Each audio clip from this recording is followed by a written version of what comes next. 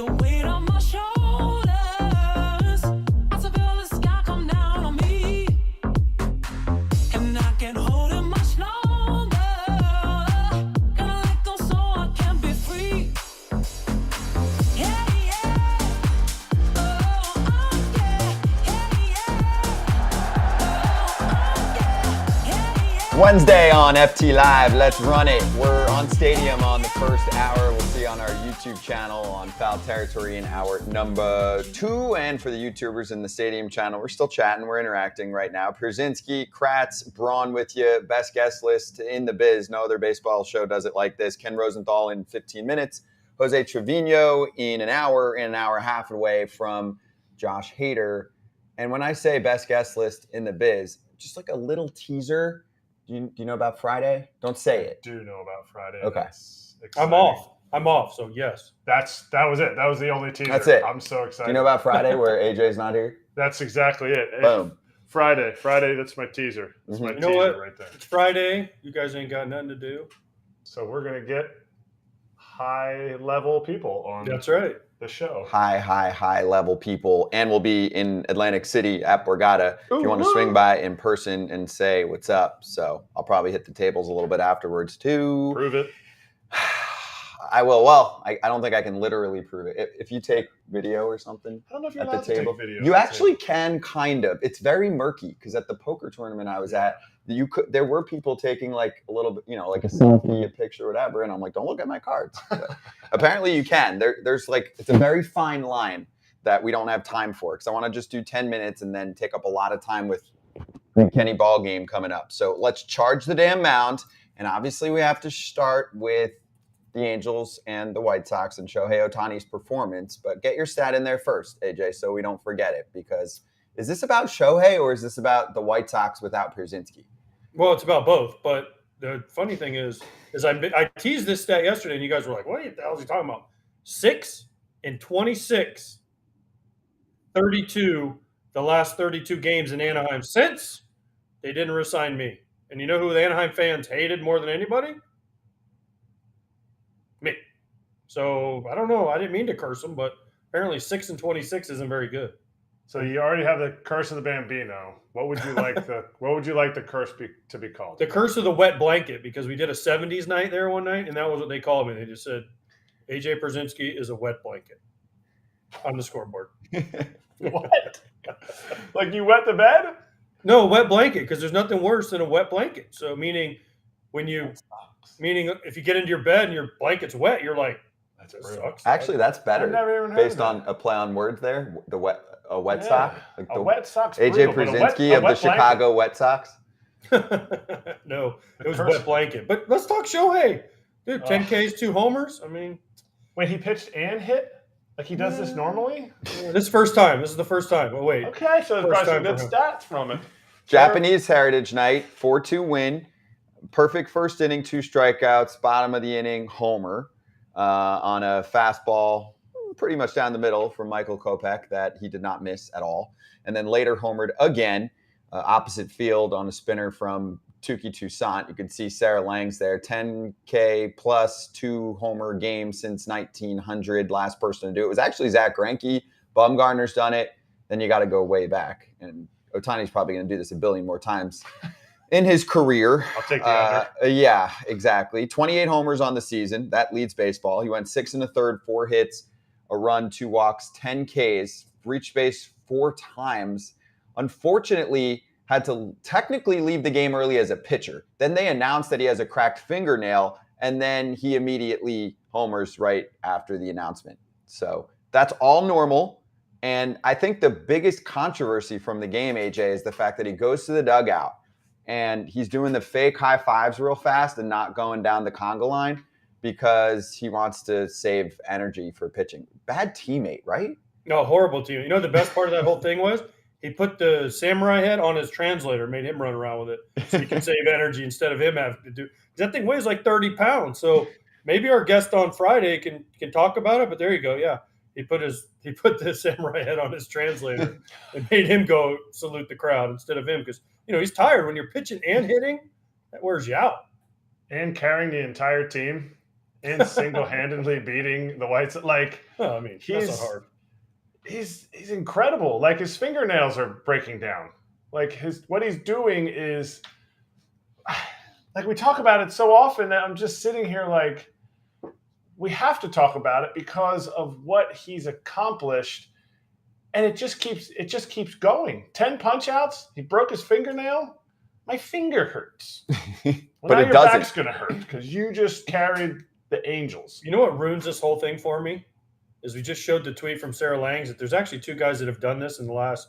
I would have thought this would have been Recently. something that hadn't been done in forever. And then you look up and you're like, Greinke and Bumgarner did this within 10 years. Like, what? Bumgarner was 17, Greinke 19. So within 6 or 7 years. And then there's a huge gap. I would have thought this would have been something. We're talking like 1872. No one's done this, since Babe Ruth. And Shohei's just like, this is going to become a regular appearance. You've seen his numbers when he pitches this year?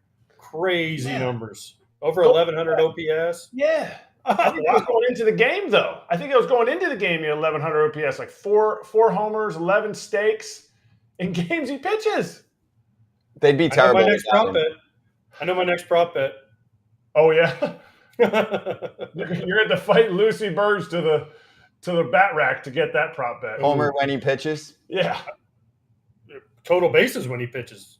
Total bases when he pitches. You're going to take 8 total bases? That might take a little bit. What would this team look like if he's not on it? Mike Trout. And Be Trout like we saw before Ohtani came. Mm-hmm. Trout under 500. I mean, there's no Trout and an injured Rondon. Pitching staff very mediocre. Mm-hmm. Lineup. I mean, the lineup doesn't scare you, really, does it? No. Other than Ohtani and Trout, even Trout's for Mike Trout, he's having a down year. For any normal human, you're like, oh, that's a pretty good year I'm having. But for Mike Trout, it's kind of a down year. So they would be. You know what they would look like? They would look like the Yankees without Aaron Judge. How's that? That's not good. Yeah. That's not good. I mean, half their starting lineup is hurt too. Yeah, but the Yankees still have Garrett Cole. Like, who do the Angels have if Detmer? Did you see out? Detmer shove it up the White Sox? Yeah, Yes. I'll take Cole. It's the White Sox. Yeah, and I'll take the Yankees bullpen. True. I'll take the Yankees bullpen. Although the bullpen, the closer, Estevez, he's been nailed. He's been really good. Fantastic. So let's not discount him. I know, but the bullpen as a whole, I'm taking the Yankees. And Phil Nevin, we've had him on the show. He deserves a lot of credit because if you remember what a dumpster fire they were last year when he took over for Joe Madden, and he kind of got them going in the right direction. And then this year, listen, they're in the playoffs. Isn't that what we want? We want them in the playoffs. It is what we want. That's what we've been clamoring for. Plus 42 run differential. Now how we love the run differential. 20 of those runs. Yeah, from the weekend in a in series that they lost. How about this number? So Spot Track put up this tweet last night. Based on our projection model, current valuations for Shohei Ohtani's free agency, 6 years, $202 million as a pitcher. 9 years, $326 million as a hitter. That's $528 million total, which is pretty on point for what most people are saying. $500 to $600 million contract is what many prognosticators have thrown out there. My thing is X Factor Spot Track is not considering marketing money. He's going to make, depending on the team, 15 to 25, $30 million. This year alone, it sounds like he's been at least 15 mil extra, separate for the Angels. So basically subtract that from his contract because you're getting that as a surplus money. And now if he goes to maybe the Dodgers, it's more. Also, that's from this year. This is his best year ever right now. So next year, the sponsorship deal should be even crazier. He might make you $30 million. So if he's only costing you 55 to 60, he's a $30 million player. I'm sorry.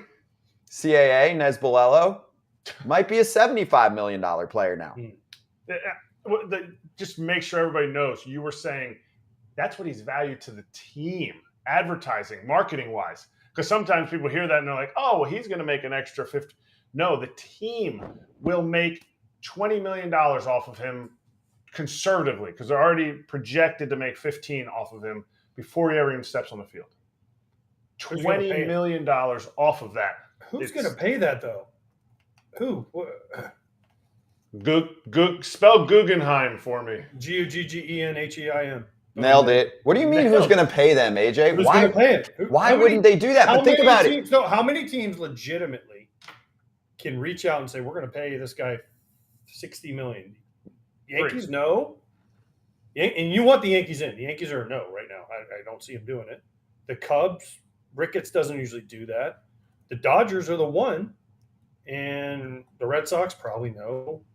You're wrong. You're wrong. Can I stop you? Yes. Okay, no, you can stop me, but here's the thing. Next question. How many teams will Rob Manfred allow to pay? And don't give me that look, because you can say, oh, there's no collusion. Bullshit. I didn't say there's no collusion, but what do you mean allow? Will he allow a team calls him, let's say Guggenheim, the Dodgers say, hey, we're going to give Shohei 10 years, $650 million. Throw random $600 million, $60 million a year. Rob Manfred's going to go, it's going to change the sport forever. Don't do it. Click. And they don't have to listen to Rob Manfred, but I don't know. Yeah, but depending on the owner. Saying. Okay, ready? I'm Steve Cohen on the phone. Yeah, I'm your boss. Bye. Who cares? I don't have to listen to him. There's no rule. Luxury tax the shit out of me. You're already doing that anyway. Bye. So the Red Sox can totally make that offer, by the way. I'm offended, and I'll tell you why. Say it's $25 million guaranteed in sponsorship money for your team. So if it's 60, it's 35. Can the Red Sox afford a $35 million player? Hell yes. Of course they can. But they let Bogarts walk, and they signed Devers, right? They haven't done that yet. Nobody has taken this leap yet. Certain teams have gone and, I get it, $30 million, but there have been shorter term. The $40 million guys are Scherzer, Verlander, but they're short-term deals, right? Nobody has said, all right, for 10 years, $600 million.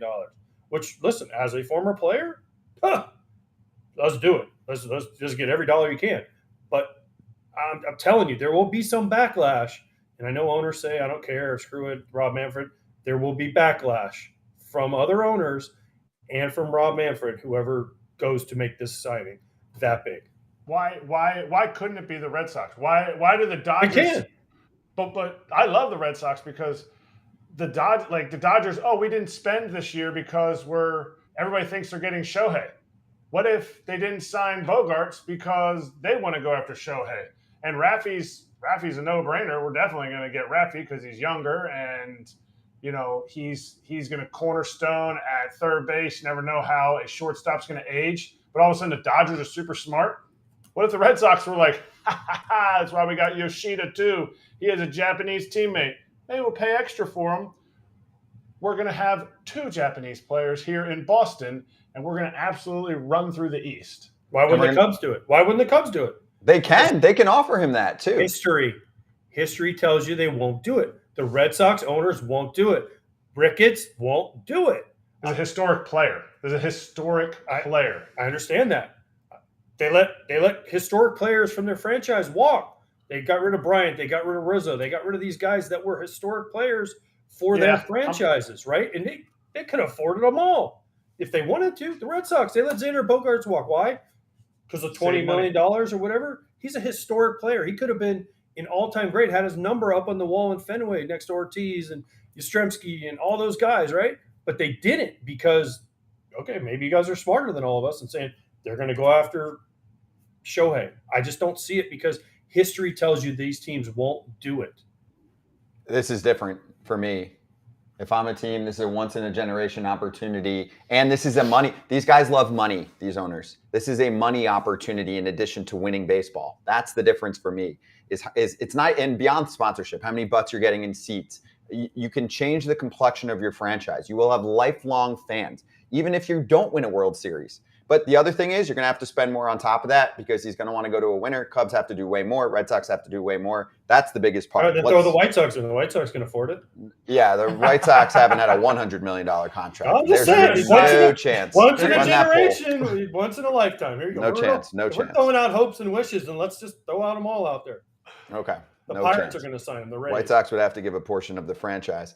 Which underperforming team should definitely sell at the trade deadline? We're giving you the options of underperformers. The Mets, the Cardinals, the Padres, or someone else. So scan the QR code on the screen or hit the browser, Type in watchstadium.com/foul territory. Get involved. We'll ask Ken Rosenthal when we swing back, and we'll ask him about his big article about the Cardinals trade Goldschmidt, maybe.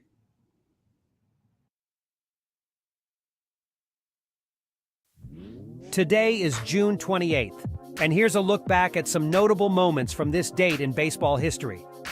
In 1970, the Pittsburgh Pirates played their final games at Forbes Field. This storied ballpark in Pittsburgh's Oakland neighborhood had been the Pirates' home since 1909, witnessing 5 World Series and hosting 3 championship wins. On this day, the Pirates ended their tenure at Forbes Field on a high note, sweeping the Chicago Cubs in a doubleheader with victories of 3-2 and 4-1. Fast forward to 1984, when Dwight Evans of the Boston Red Sox left a memorable mark on this date by completing the cycle with a 3-run homer in the 11th inning, helping the Red Sox overcome the Seattle Mariners 9-6. Then in 1986, baseball fans witnessed a rare event. Phil Niekro of the Cleveland Indians and Don Sutton of the California Angels, both members of the elite 300-win club, faced off against each other. Despite the anticipation, neither Niekro nor Sutton factored into the decision that day. And finally, on this day in 1994, San Francisco's Matt Williams matched a National League record by hitting his 28th home run before the end of June. With his home run barrage, Williams seemed poised to challenge Roger Maris's all-time record of 60. However, the 1994 players' strike cut the season short, and when play halted on August 12th, Williams had compiled an impressive 43 home runs. Maris's record would go on to be broken by Mark McGwire in 1998. And now, back to foul territory.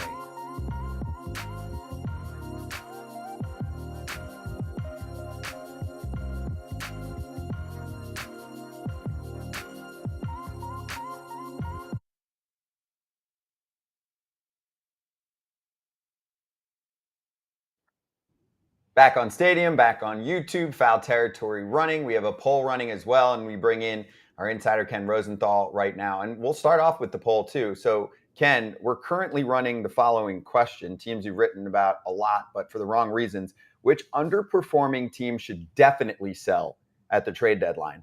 Mets, Cardinals, Padres, other. Your thoughts? I would go Cardinals right now. I just don't see the Mets or Padres doing it. They've invested too much in their seasons. They're going to try to get back in this thing. But if the Cardinals do not get going, and they've played a little bit better of late, in fairness, 5 of 7 now, then you have some interesting pieces. You have Jordan Montgomery, who has pitched very well. Jack Flaherty, a physical question at the moment. Jordan Hicks, who has had a resurgence as the closer. Those are all potential free agents. They're going to walk, potentially. So that is the team I would focus on the most right now because they have seemingly the toughest road back, not necessarily from a divisional standpoint because they're in the weakest division, but just games to 500 and the fact that they have not played well at all. Okay, so I want to dive into the article that you wrote on The Athletic about St. Louis, and it was very in-depth. I have a few questions for you. So let's start with big picture to just double down on what you said. When you say sell, is Goldschmidt involved because there's only a year left? Of course, we know the guys coming up that are going to be free agents after the season. If you're selling, that's a no-brainer. Right. Jordan Montgomery, Jordan Hicks, Jack Flaherty. But how far would you go if you're the Cardinals and you're like 10 games back in the next couple weeks? Well, what I wrote, Scott, is that they have generally taken a conservative course. They don't spend a whole lot of money. They don't do dramatic things at the deadline. They've made some big moves over the years. Arenado certainly was one. Goldschmidt was another. But the point of what I wrote is saying that their current strategy doesn't seem to be working. They've taken this conservative course, and look where they are, in last place in the National League Central. So basically the point was they should splurge in free agency, which is something they haven't done traditionally. Their biggest free agent contracts, Matt Holliday, it's going back over a decade, $120 million, or tear it down and surround your young position players with more and get more pitching and do some things along those lines. Now, I made it clear in the story that I don't expect the Cardinals to pursue either course, but Goldschmidt is a really interesting guy. Here is a player who is one of the best at his position, one of the best in the game. As you said, Scott, he's a free agent after next season. So, okay, he's got value for 2 pennant races. And also, You might be a Cardinals fan thinking, well, I want Paul Goldschmidt to stay. Okay, but he's going to be 37 at the start of that next contract. And not even Paul Goldschmidt's going to be really good forever. So, in my view, it's something they should look at. Now, if you trade Goldschmidt, you might as well trade Arenado too, because the thing becomes a situation where it's a little bit of a rebuild. And Arenado didn't want to be part of a Colorado team that wouldn't build around him. I don't know that he would want to be part of a Cardinal team that would build around him. So, this is all theoretical and all just talking. And the one problem with everything I just described is this team draws $3 million a year when things are normal, not COVID. You draw $3 million a year, to give up on a season is awfully difficult. You're basically telling all those fans who bought tickets for the rest of the year, sorry, we're not really trying the rest of the year, we're rebuilding. Maybe a certain segment of the fan base would welcome that. At the same time, it's just a tough sell. Is getting rid of Goldschmidt selling? I mean, I know he's the reigning MVP, but what if you couple it with a team that has a starting pitcher to add to their mediocre starting pitching staff? And then all of a sudden, maybe they're, yes, they're taking away Goldschmidt, but they're adding to a huge weakness, which might, really lift the whole team up. Eric, that's a great question. And I think we've discussed this before, but I'll bring it up again. The notion of pure buyer or pure seller is something that guys like me and everyone in the media and fans too overstate. Teams generally are doing both at once, right? They're always trying to get better. So, sure, it's possible you trade Paul Goldschmidt for a starter with maybe 2 years of control, whatever it might be, and you get some prospects too, and you go about it that way. You're kind of retooling on the fly, just putting your assets in a different kind of order. That would be perhaps the way they should go, given what I just said, the attendance that they annually have. I just don't know that that pitcher is going to be available. But for Paul Goldschmidt, I don't know, Eric. You're right. He might be. Ken, you and I both know I played for the Cardinals. You covered the Cardinals forever.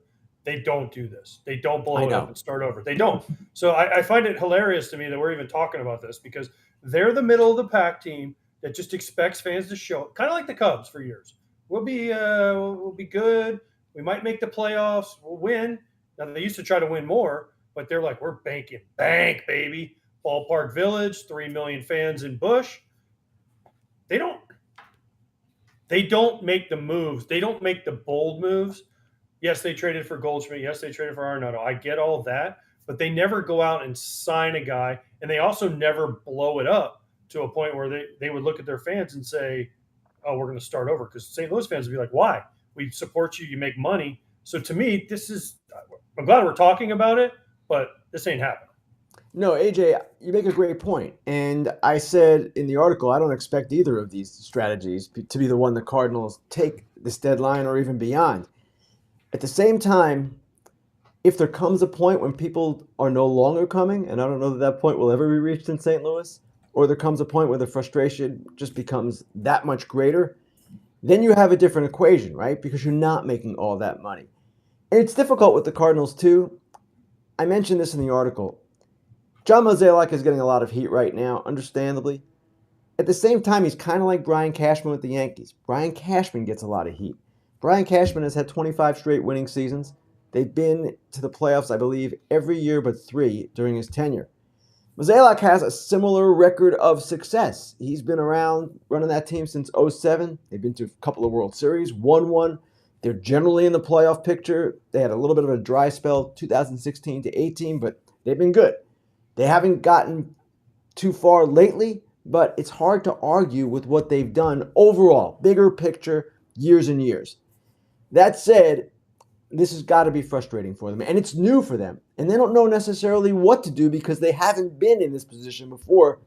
The next few weeks will probably give them some direction. Ken, first of all, stop standing up for your fellow bow tie wearer, Mozeliak. Okay, let's talk about him in real terms now, since yes, he is taking a lot of heat because he built the team. And, correct. And he didn't get the starting pitching they needed.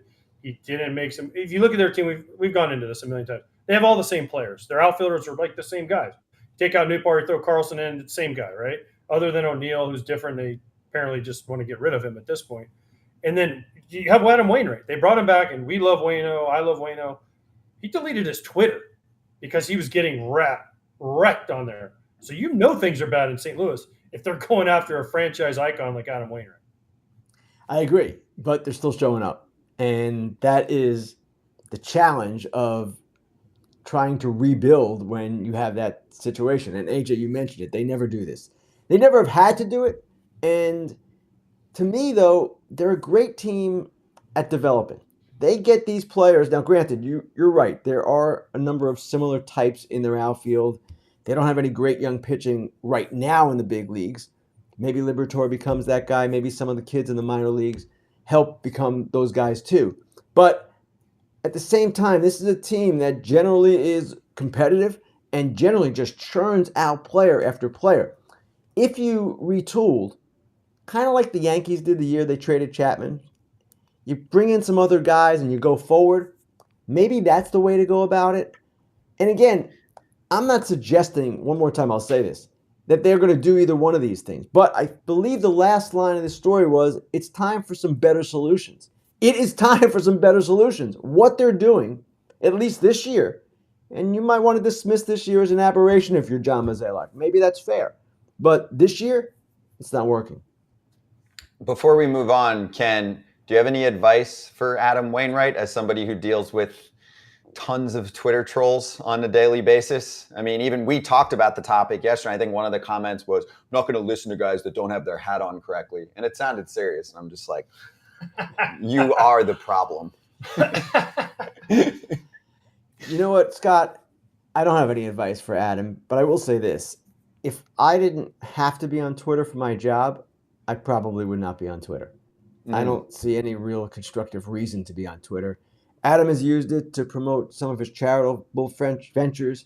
He has done it for a little bit along those lines, but at the same time, if I'm a player, I want no part of this because it's not a rational world. You're not hearing from people who can offer constructive criticism.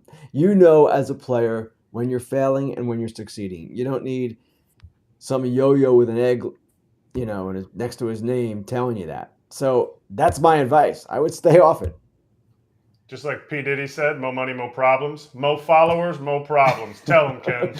We ain't got 1.5 million followers. You got all the problems in the world. And it's not just that. It's every time I write an article, we have comments under the article in The Athletic. And that's another area where people can vent. But that's fine. Hey, for me, it's all part of it.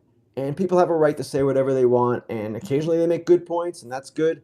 But I don't look at the mentions too often, and I don't take the comments too seriously, because if you did all that, you'd drive yourself nuts. Hey, Eric, hold on. Eric, P. Diddy said that, but have you heard what Drake says now? More money, more problems. Bring on the problems. Bring on the problems. That's what I don't have. You can buy things to fix those problems, so bring on the problems.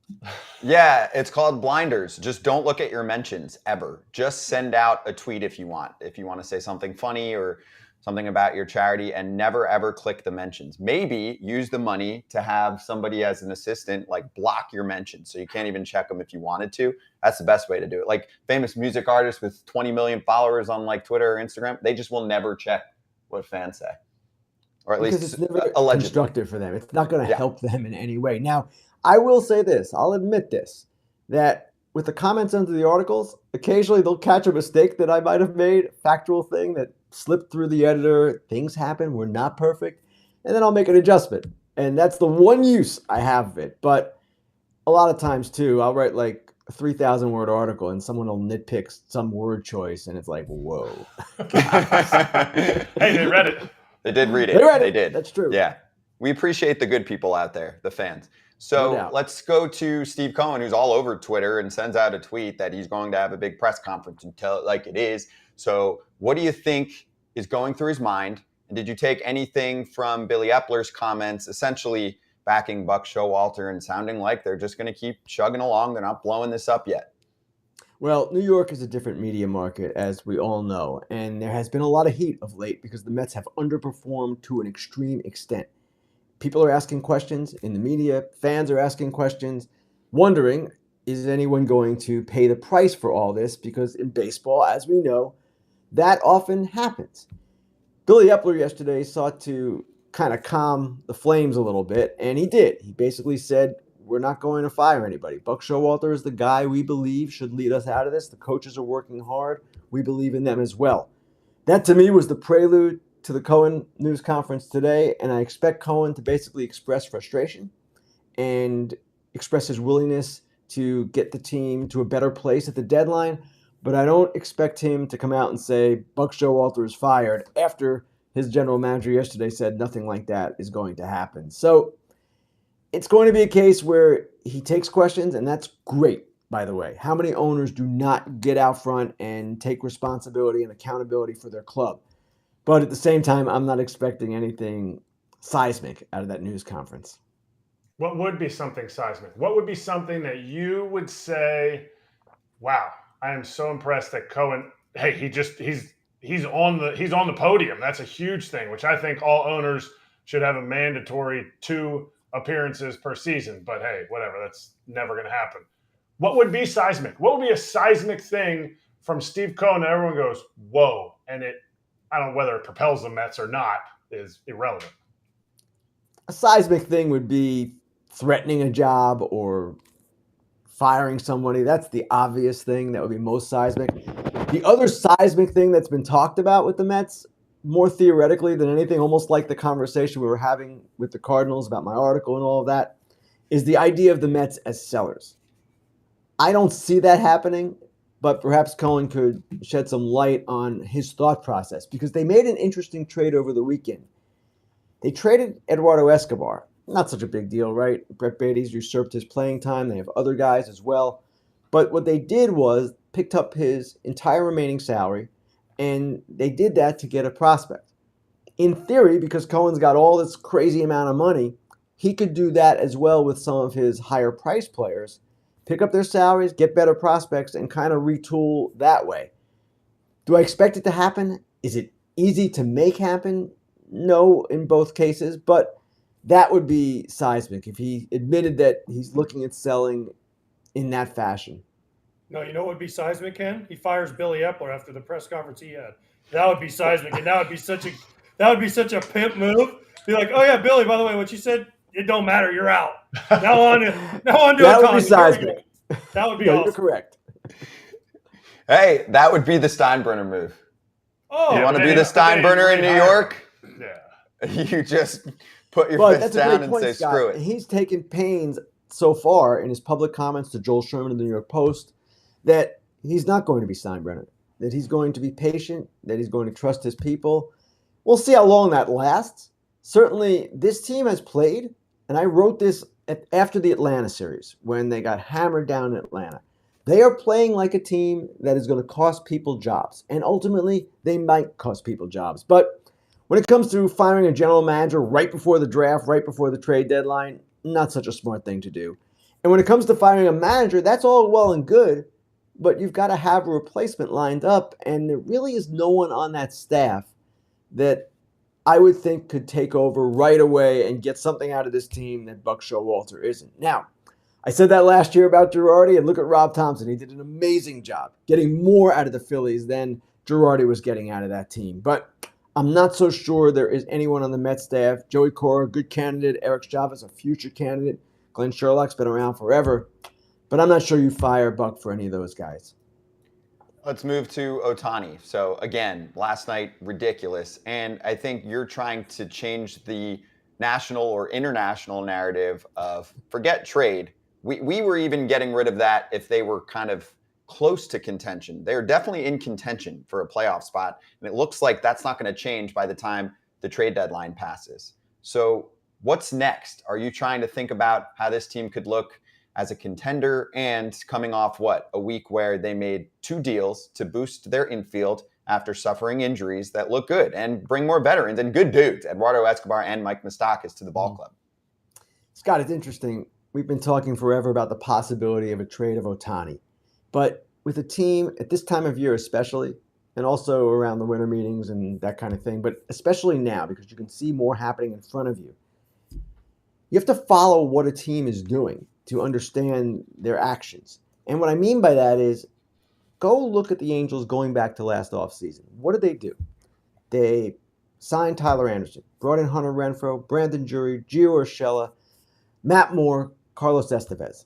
Big year in terms of acquiring guys. What did they do this season? They promoted from the 2022 draft Zach Neto and Ben Joyce. Then they promoted their first-round pick from the 2021 draft as well.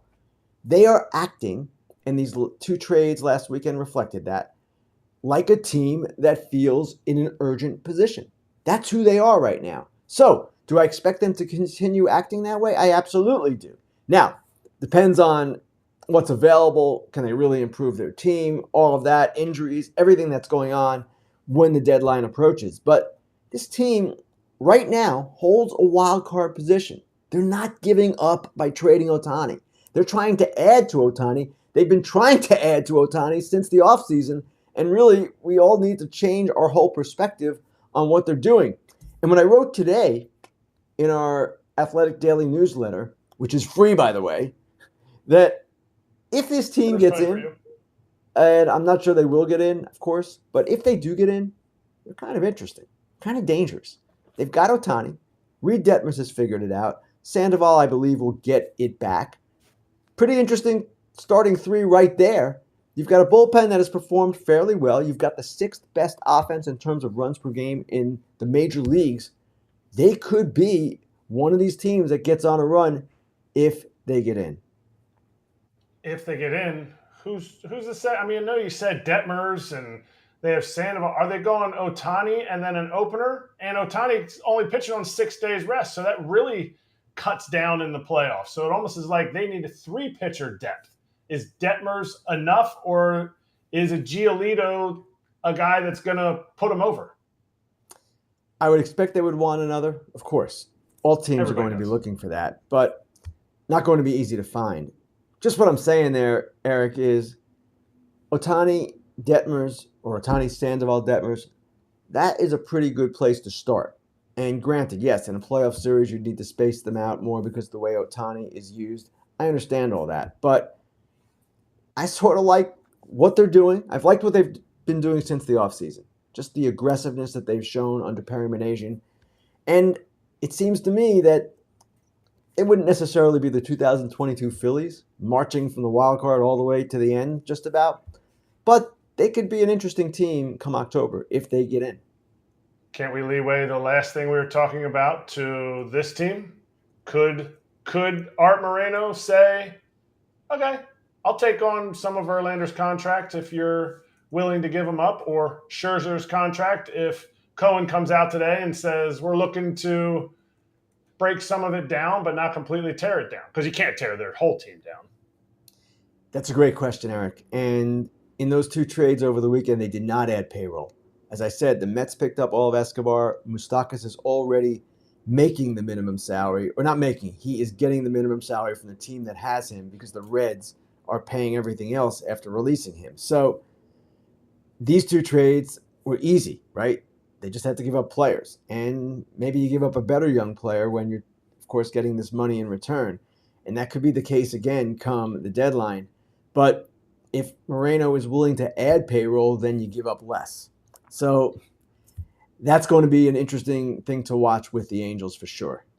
Do you agree that they should say, screw everything after this year right now and let's focus on the present more than any other ball club? Like, I think about comments I saw this morning from Dana Brown, GM of the Astros, saying essentially they're going to be active, but there hasn't been much conversation, true, because most teams are still in it. They're not going to go nuts to give up a huge prospect just for a rental. And I'm thinking in my head, the Angels should, because if everyone's going to cost more because there's less available, supply and demand, the Angels should just say, screw it. It's not like they have the best farm system anyway, but my point is, if it takes the top 3 to 5 prospects in their system to get the top players at the trade deadline, shouldn't this team do it? Because this could be their final run with Ohtani, and even if it's not, they have to impress him.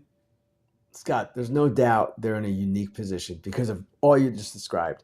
And not only is it their final run with Ohtani, if they're going to have any chance of convincing him to stay, they have to win, and they have to show him that this could be possible, that in Anaheim, it's not the kind of thing where we're just going to lose forever, right?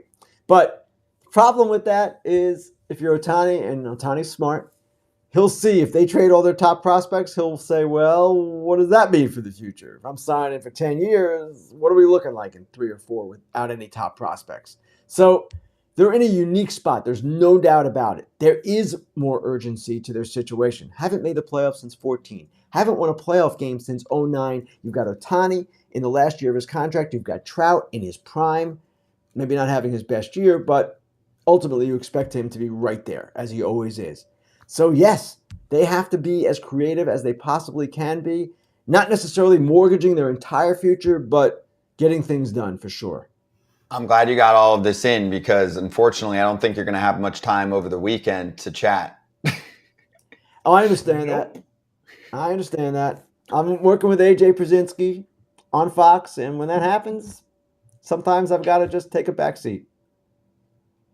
I'm making you buy me dinner Friday night, and then I'm just following you back to the hotel on Saturday night.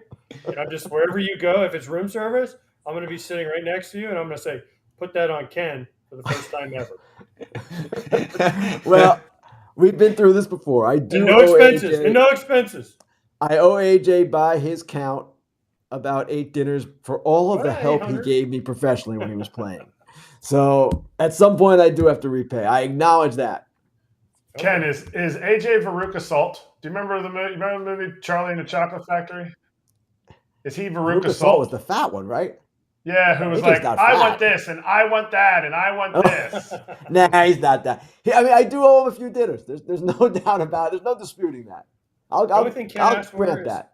The only thing Ken asked for is airtime. Lots of airtime. Yeah, well, he'll buy you dinner if you give him airtime. That's the That's trade-off. I tell you what, we can Otherwise, switch spots on Saturday. no, that's pushing it. That's pushing it. That Ken, is pushing it for both of us. yes. Have fun. Thank you. Can't wait to watch the game. Thanks, guys.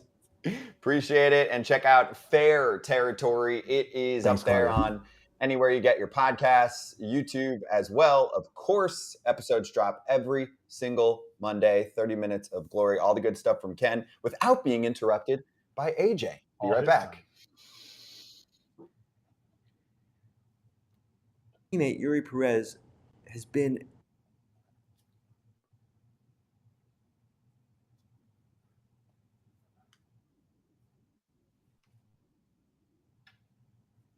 as good as Arias has been. His teammate Yuri Perez has been arguably even better. He's the dude of the week, Yuri Perez, and I want you to take a look at the numbers hear he you, has Claude. I hear you compiled great. in his brief, and I mean brief, major league career. Here is Yuri Perez.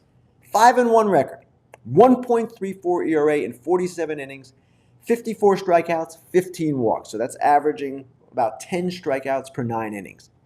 Oh, and look at that. 21 straight scoreless innings. Now that's the longest streak currently going on in Major League Baseball, and it's all the more impressive considering that he has those 21 straight scoreless innings and he is 20 years old. This guy is everything that the Marlins envisioned him being already, and at a time when they need him to be really good. Alcantara has not been himself. Trevor Rogers and Johnny Cueto have been on the injured list all season. They've gotten good work from Braxton Garrett and Jesus Luzardo, but really, they've needed Perez to step up, and their surprising season continues, in part because he has been so dominant. So, dude of the week, Yuri Perez. Dork of the week, well, it stems from 2 rulings by the Major League Baseball Replay Center this week, one of which I thought was especially egregious, the other not as bad, and it goes back to the home plate collision rule. Now, this rule was created after the injury to Buster Posey in 2014. It is a rule with the right intentions. It is a rule that has been largely successful, keeping catchers healthy, which is the entire idea. However, the interpretation of the rule can be rather baffling, and the one call that bugged me the most was the one on Jonah Heim of the Texas Rangers, likely an all-star this season, with Elvis Andrus of the White Sox steaming toward home plate. It does lend to the question, what exactly are catchers supposed to do? And in many cases, they still don't know. That is a problem.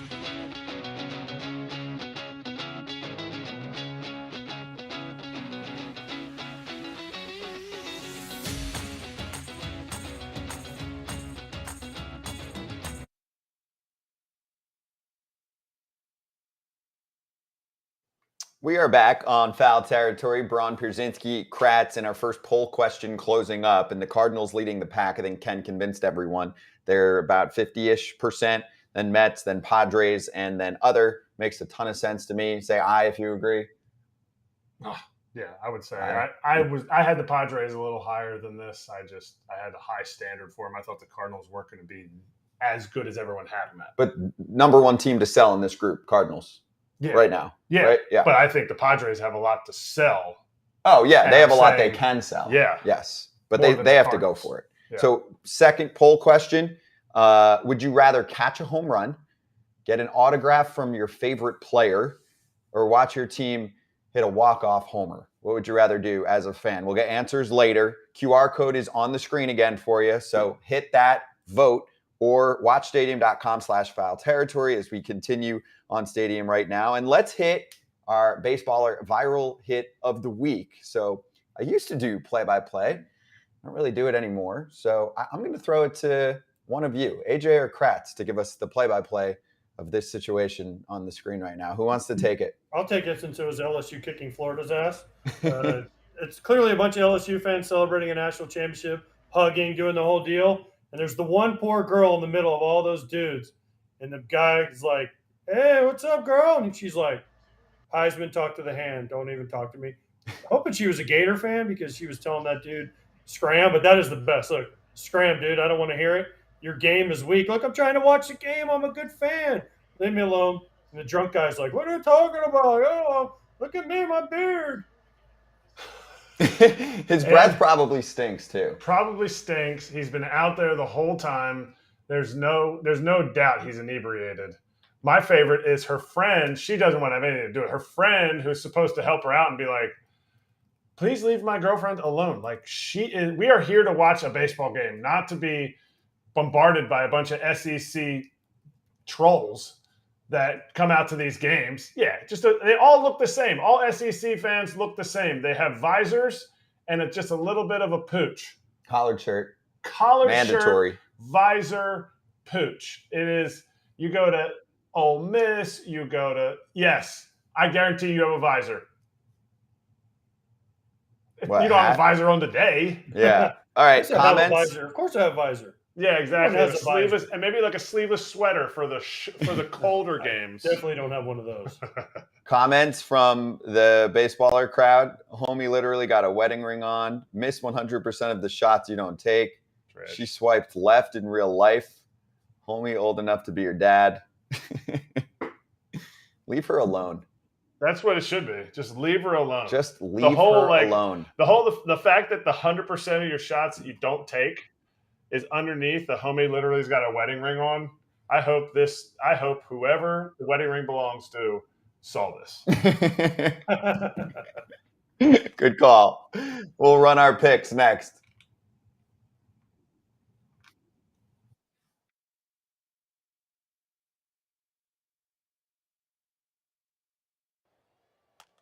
In case you missed it, here's some scenes from around Major League Baseball from yesterday.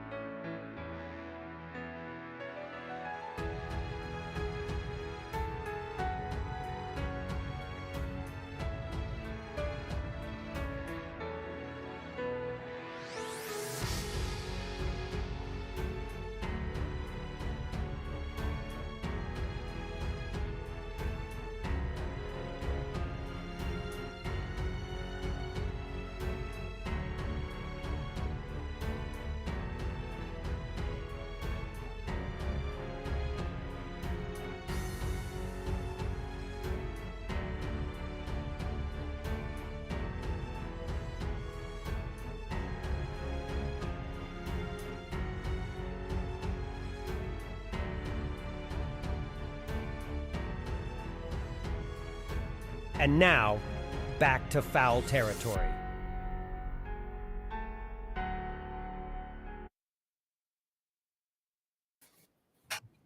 Closing up poll number 2. So what would you rather see or do as a fan? Catch a homer, get your favorite player's autograph, or see your team smash a walk-off? Walk-off is winning by a landslide. Now I'm a dopamine rush guy. I want to walk out of the ballpark like, let's fucking go. That was awesome. I'll take that. It was a good game, but I want to catch a homer. How many home runs have you caught at a big league baseball game? 0. I've seen a ton of walk-offs. Foul ball. 0 because I don't sit in the outfield. It's an experience. It's a vibe out there. And 2, Eric, I'll sign an autograph for you. So that one's why that one's so low on the poll. I gotta get a bat. Because you didn't vote, because you voted for that one, and I said I'll sign for you. Thank you. It's a walk-off homer, easily. I knew you would. Easy walk-off homer, easy. Walk-off homer. You mean, but no, walk-off. Just a walk-off. Yeah, well, walk-off walk-off. anything, yeah. Okay, fair. Walk-off homer's even cooler. Okay, BetMGM locks. Let's look back at Tuesday first. We'll just sweep right by my Padres run line pick. As Kratzy said, when I do lose, I lose big. Not money-wise, but in terms of this is why it's good, though. It's not a sweat bet. No sweat bet. I look at the score. I'm like, I don't have to watch the 9th. I can move on to a different game because they're not coming back. Meanwhile, you guys with your SGPs both nailed it. Props. Good job on your strikeout picks. High five. This is my favorite part here, though. Right there, AJ. You're back in the money. We're all positive. If you've been following us all year and placing the same bets, you would be up about $2,000 right now. You're welcome, America. Your BetMGM locks for Wednesday. Who wants to start? I'll go because I don't know. I'm in the positive, so I'm feeling positive. Yeah. First time. It's been a while. That's all. The old song. It's been a while. I'm going same. Listen, Kratz got me hooked on these same game parlay strikeout thingies because that's what got him back positive. So now I'm rolling with it. I'm going Mets Brewers Senga 6 punchies plus. And this is the one I'm a little bit worried about because Wade Miley doesn't punch out a ton of guys, but the Mets offense is offensive right now, and he only needs 3 little strikeouts. And plus, he's an FT guest recently, so I'm going to ride the FT. He's going to get like 3, maybe 4 punchies. Senga goes for. Seems pretty easy at plus 120. I would have bought Senga up because he's in New York, and that Ghost Fork, it moves like Dickey's knuckleball moved in Citi Field, and that's why he had his Cy Young year. So I would have gone 7-2 to just cover yourself. Probably would have paid about the same, but I love it. I love it. Miley's going to get you 3. He might only throw 4 innings, but he's going to get you 3 punchies. I'm going to go Blake Snell, who was scratched last night, pushed to tonight, much better weather. Give me 6, and I'm going to get Mitch Keller 6. They have both gone under 6 3 times this season. So I feel like it's a no-brainer. The tough one for me is Snell. And it's weird because he's doing well, but it could get just a little dicey because the Pirates, they swing, they make contact, and Snell needs you to chase, and they don't chase a ton. He's been exceptional, though, Snell. He's on a run for the most part right now. So we'll see if that continues. And I'll go Rays run line. I'm a sucker for run lines, plus a hundo. Eflin, great peripherals, great season, underrated too. Not many guys getting on base against him, against Zach Davies, who's been terrible. So can that continue? I mean, his ERA is close to 8. He's had a terrible year. Strikeouts, pretty high walk rate. It's the kind of team that the Rays usually salivate when they look at the pitching matchup today. He's a unicorn. Who's a He's unicorn? a unicorn.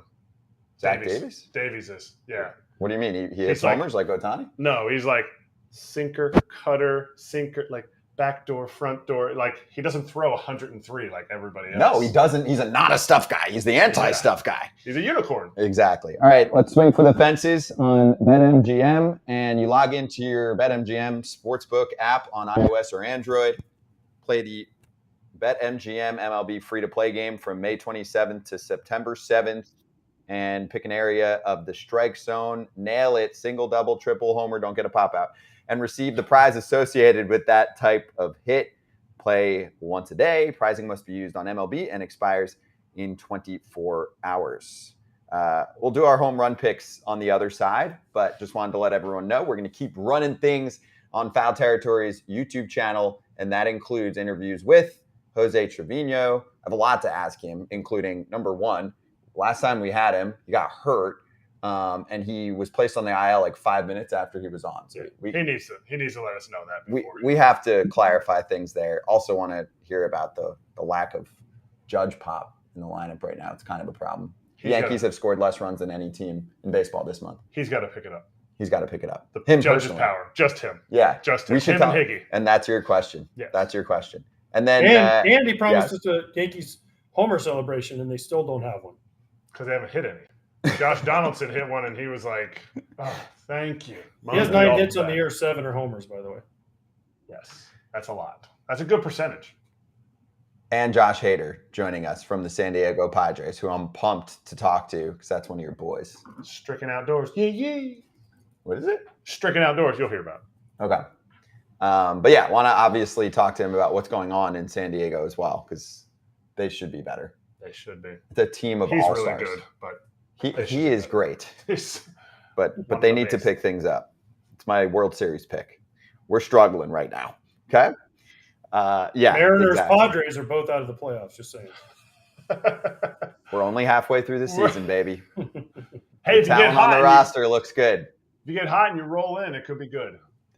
The way the wild card's set up, it can happen. So we'll keep running it on hour 2.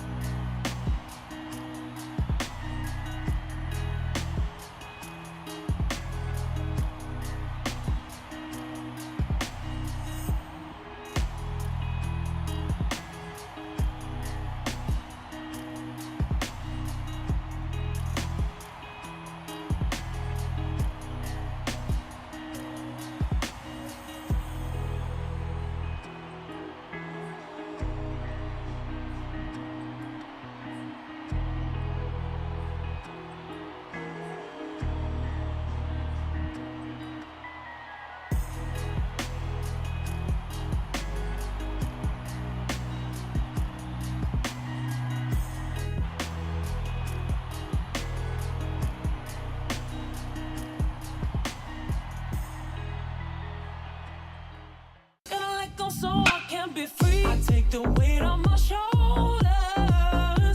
I feel the sky come down on me. And I can't hold it much longer. Gotta let go so I can be free. Yeah. Oh,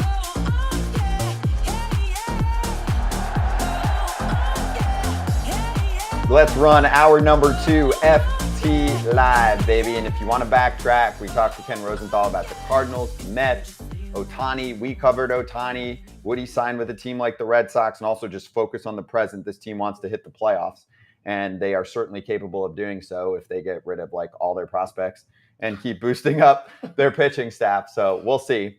Anyway, Jose Trevino of the New York Yankees going to join us momentarily, and then Josh Hader later on. Do we have home run picks for tonight? Yeah? You want to Yeah, go? of course we do. Cedric Mullins. Cedric's? Yeah, Cedric Mullins. That means he Cedric might even Mullins? hit 2 homers. Is Cedric I'm going Mullins plus- related to Cedric Mullins? Cedric Mullins is going plus 450. He's going to hit a dinger off of Luke Weaver. See ya. AJ? I'm going Mookie. Freeland, lefty, going to try and cut one in the Coors Field, and Mookie time. Plus Coors 220. Field. I love that. That's why it's 2 plus 220. Yeah, that's why the number's low. But hey, when you're just in the positives, Yeah. you just got to bet low to stay there. I wanted to pick anybody from the Braves. The way they were hitting home runs last night, I wanted to be like, Matt Olson, Acuna, Riley, Murphy, anybody. How about Jonathan India at plus 675? I know he's not the biggest pop guy, but he was recently on my favorite show. And I just feel like because he didn't homer yesterday, he's bound to homer today. I know it's Baltimore. You got to get over the wall there, which is much more difficult than it used to be. But I'll go India and just punch a little plus 675. Why not? You like the 675. I mean, that's you like it. that's you see large. it. Yeah.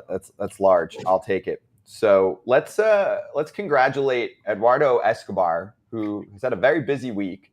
He went from the Mets to the Angels and also made a little pit stop in Miami to pass his citizen's test. He is a U.S. citizen now. Congratulations, Eduardo. We all have had run-ins with him. He is freaking hilarious.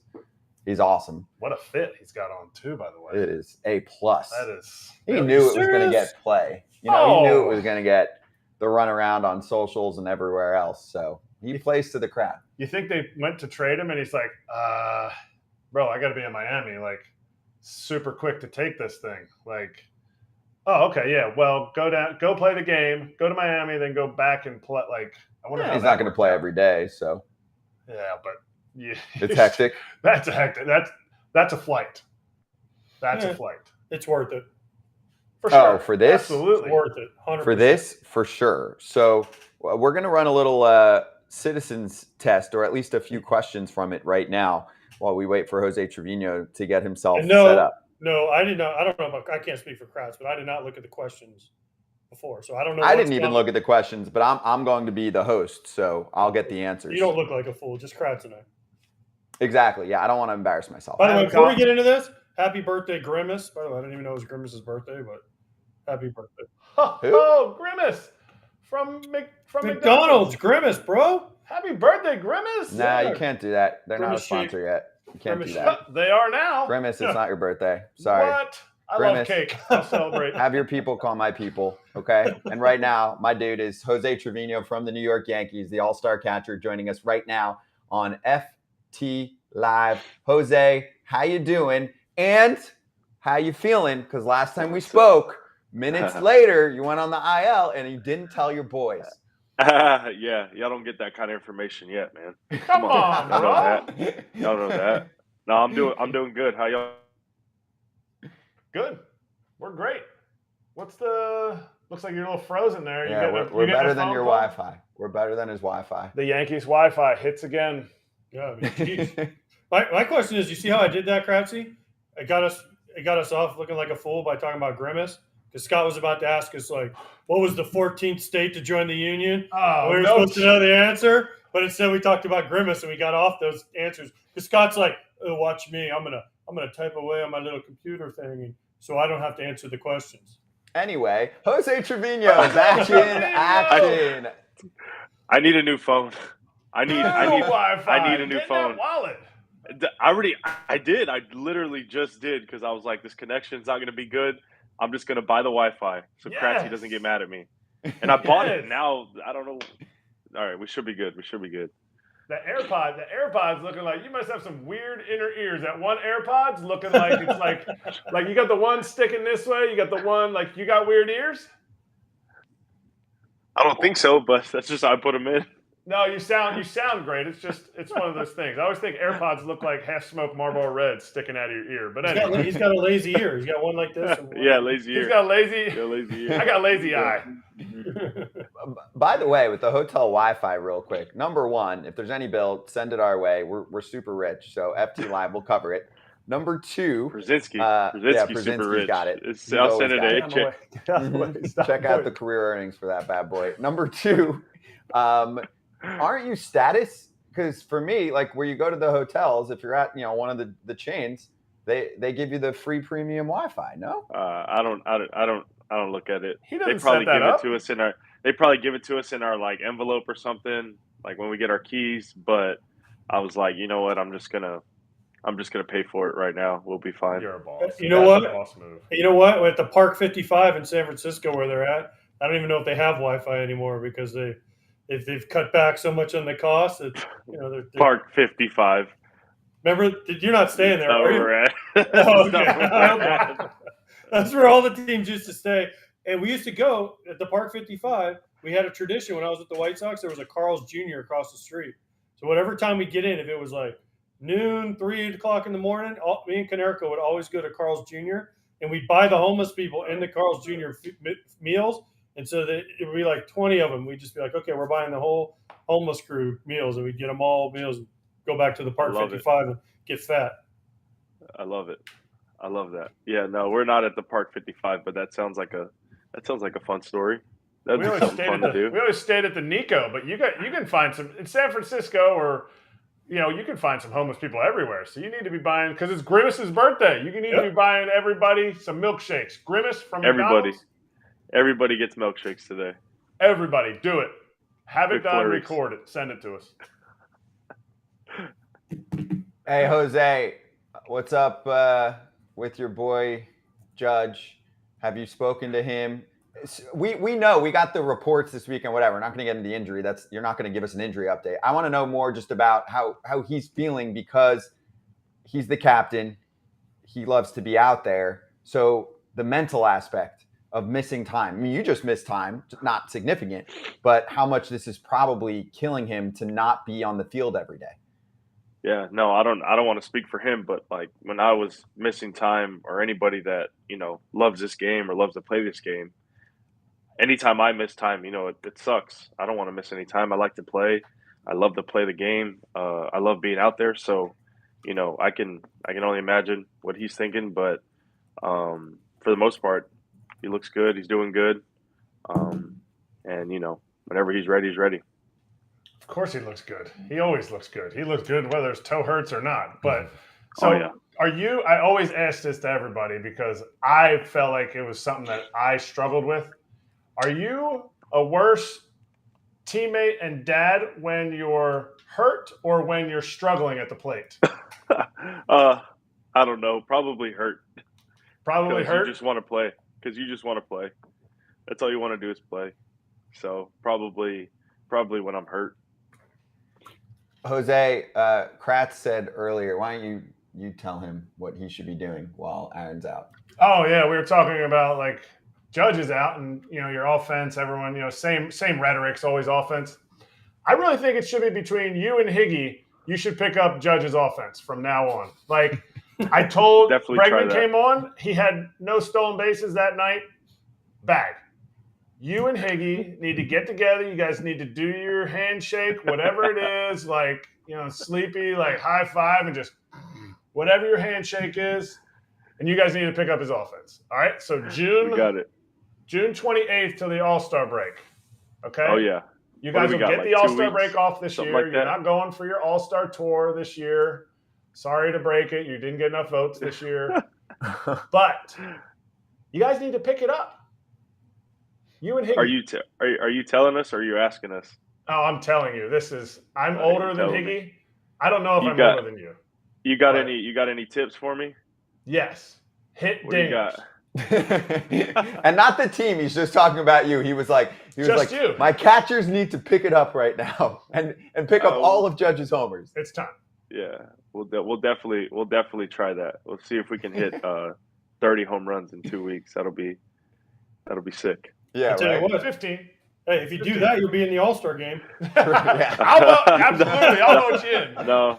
I don't know if that'll happen. I think the voting by that time will be, Yeah, but passed. You know what'll happen? Some guy will miraculously get hurt, and you'll make the team by forfeit. I promise. If you hit 15 homers in 2 weeks, you'll be in Seattle. You might be in the home run derby. Yeah, you'd be in the home run derby. That would be crazy. Man, you'd be getting tired. Don't be doing that, Jose. Don't be doing that. No. It's a marathon. It's a marathon. Hey, you guys don't have. Hey, you also told us you were coming up with a home run celebration. What, Judge got hurt and that went out the window? You guys could do like a big toe thing or something. Oh man, we weren't even coming up with anything. We don't do any of that. Come on, we just hit the home run, we score the run, and then we go play defense. What do you mean? What do you mean? Stanton has the whole football thing. You guys all have your own little. Cool. Judge puts his hand up, and you guys all have to jump up to it. I mean, you guys got some skits going on, just not a team skit. We got some things. We got some things that the camera doesn't see. That's what it is. You got to come to a game. You got to come to Oakland tonight, AJ. Come to Oakland tonight. Sit in the stands. That'll be a good one. I'll be the only person there. He'll catch your home run ball. It was actually packed last night. There was a few fans here last night. Hey, I was supposed to come to a game when you guys played the White Sox, but you guys chickened out because the air quality was too bad.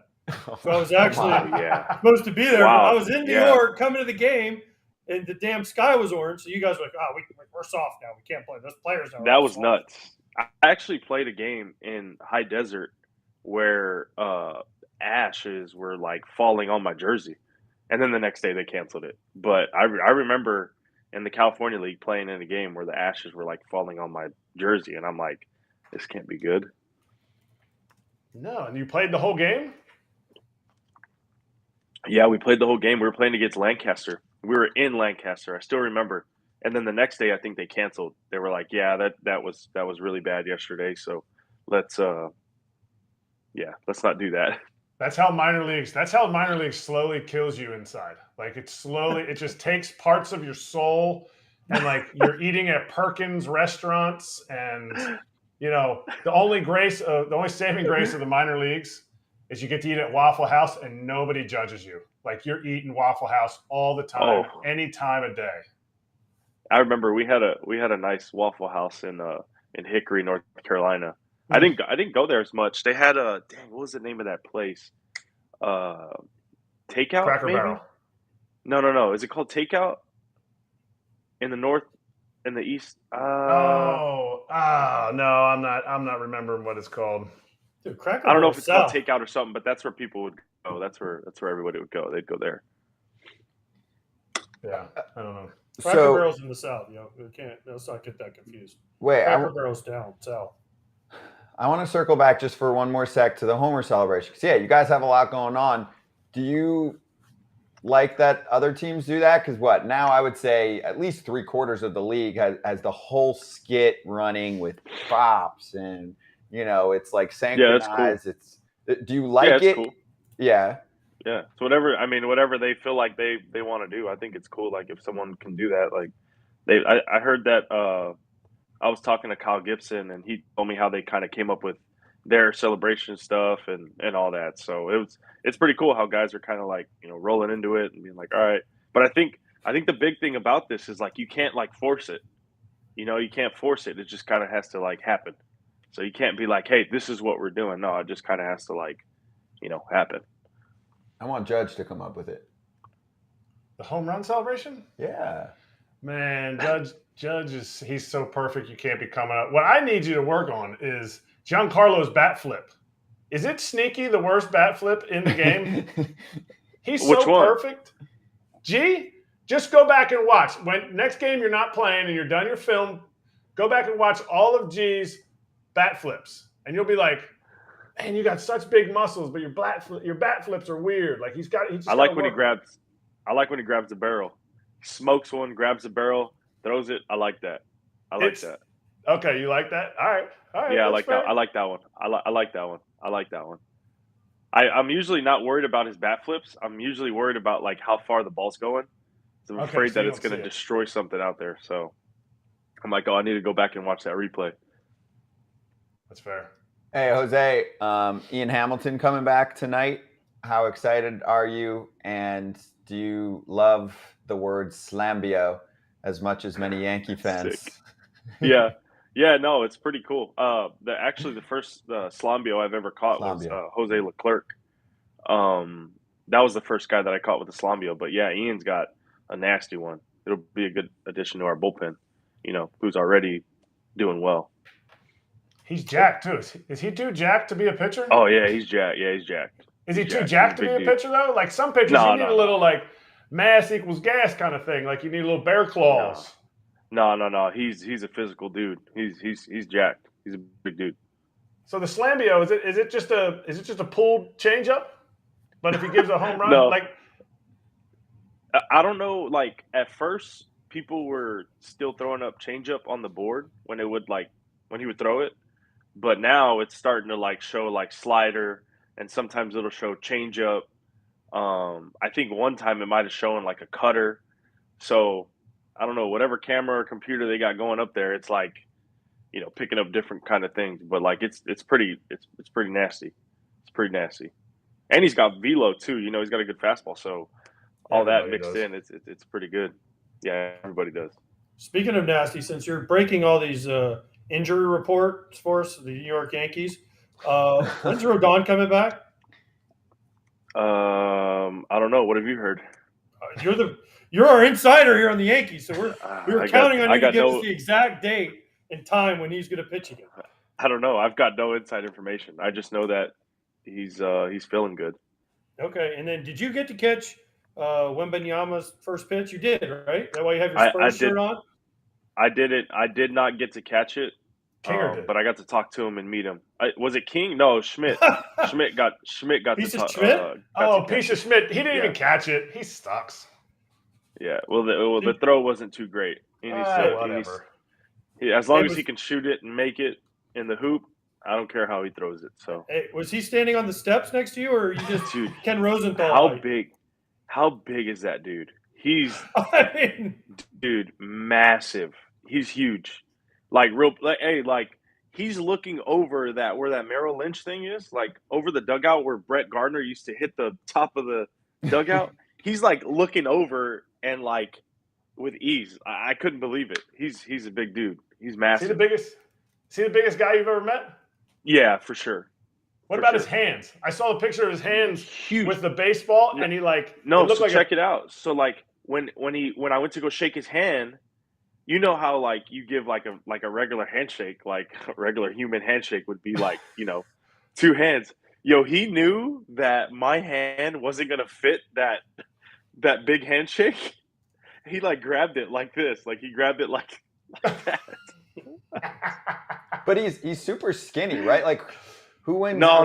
Rumble? Him, Judge, or Stanton? We're not going to get started on that. We're not going to get started on the skinny stuff. He's fine. He's going to be great. He's going to be No. I'm not talking about that for bring a a ton game. of championships to San Antonio. This is he's bringing it back. We're good. He's not skinny. He's perfect. He's just what we want. It's perfect. Is this a dating He's just app what or we an want. Interview? Both. He's perfect. I'm not knocking that. And also, there's a ton of skinny dudes. I mean, Kevin Durant's super skinny when you meet him. No, I'm not talking for basketball. You could be skinny. I'm saying Royal Rumble. He's in there. Giancarlo's in there. Judge is in there. Who wins? Oh dang! Come on. That's gonna be a tough one between G and Judge. That's gonna be a battle. That'd be a good wrestling match. It'd be a good wrestling match. Victor's just stepping over the ring. He doesn't have to go under the rope. He just step over and he's out. Like he's not even trying.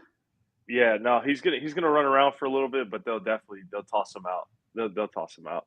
They'll just throw him out. I mean, they're significantly more jacked than him. I mean, he's got serious size on them, but like height. he can be on one end of the ring and just like he can just hold the head. He can just hold his head. We're gonna be going like this.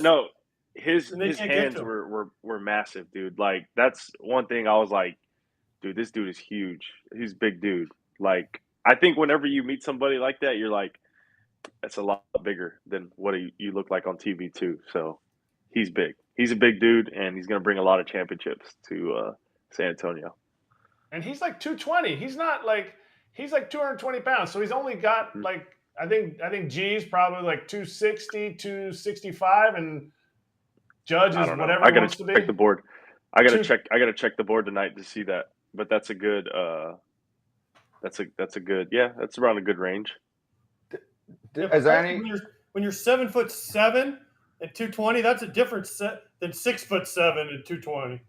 Yeah, well, whatever. 7 foot. It is, but it's still weight. I mean, you had weight class.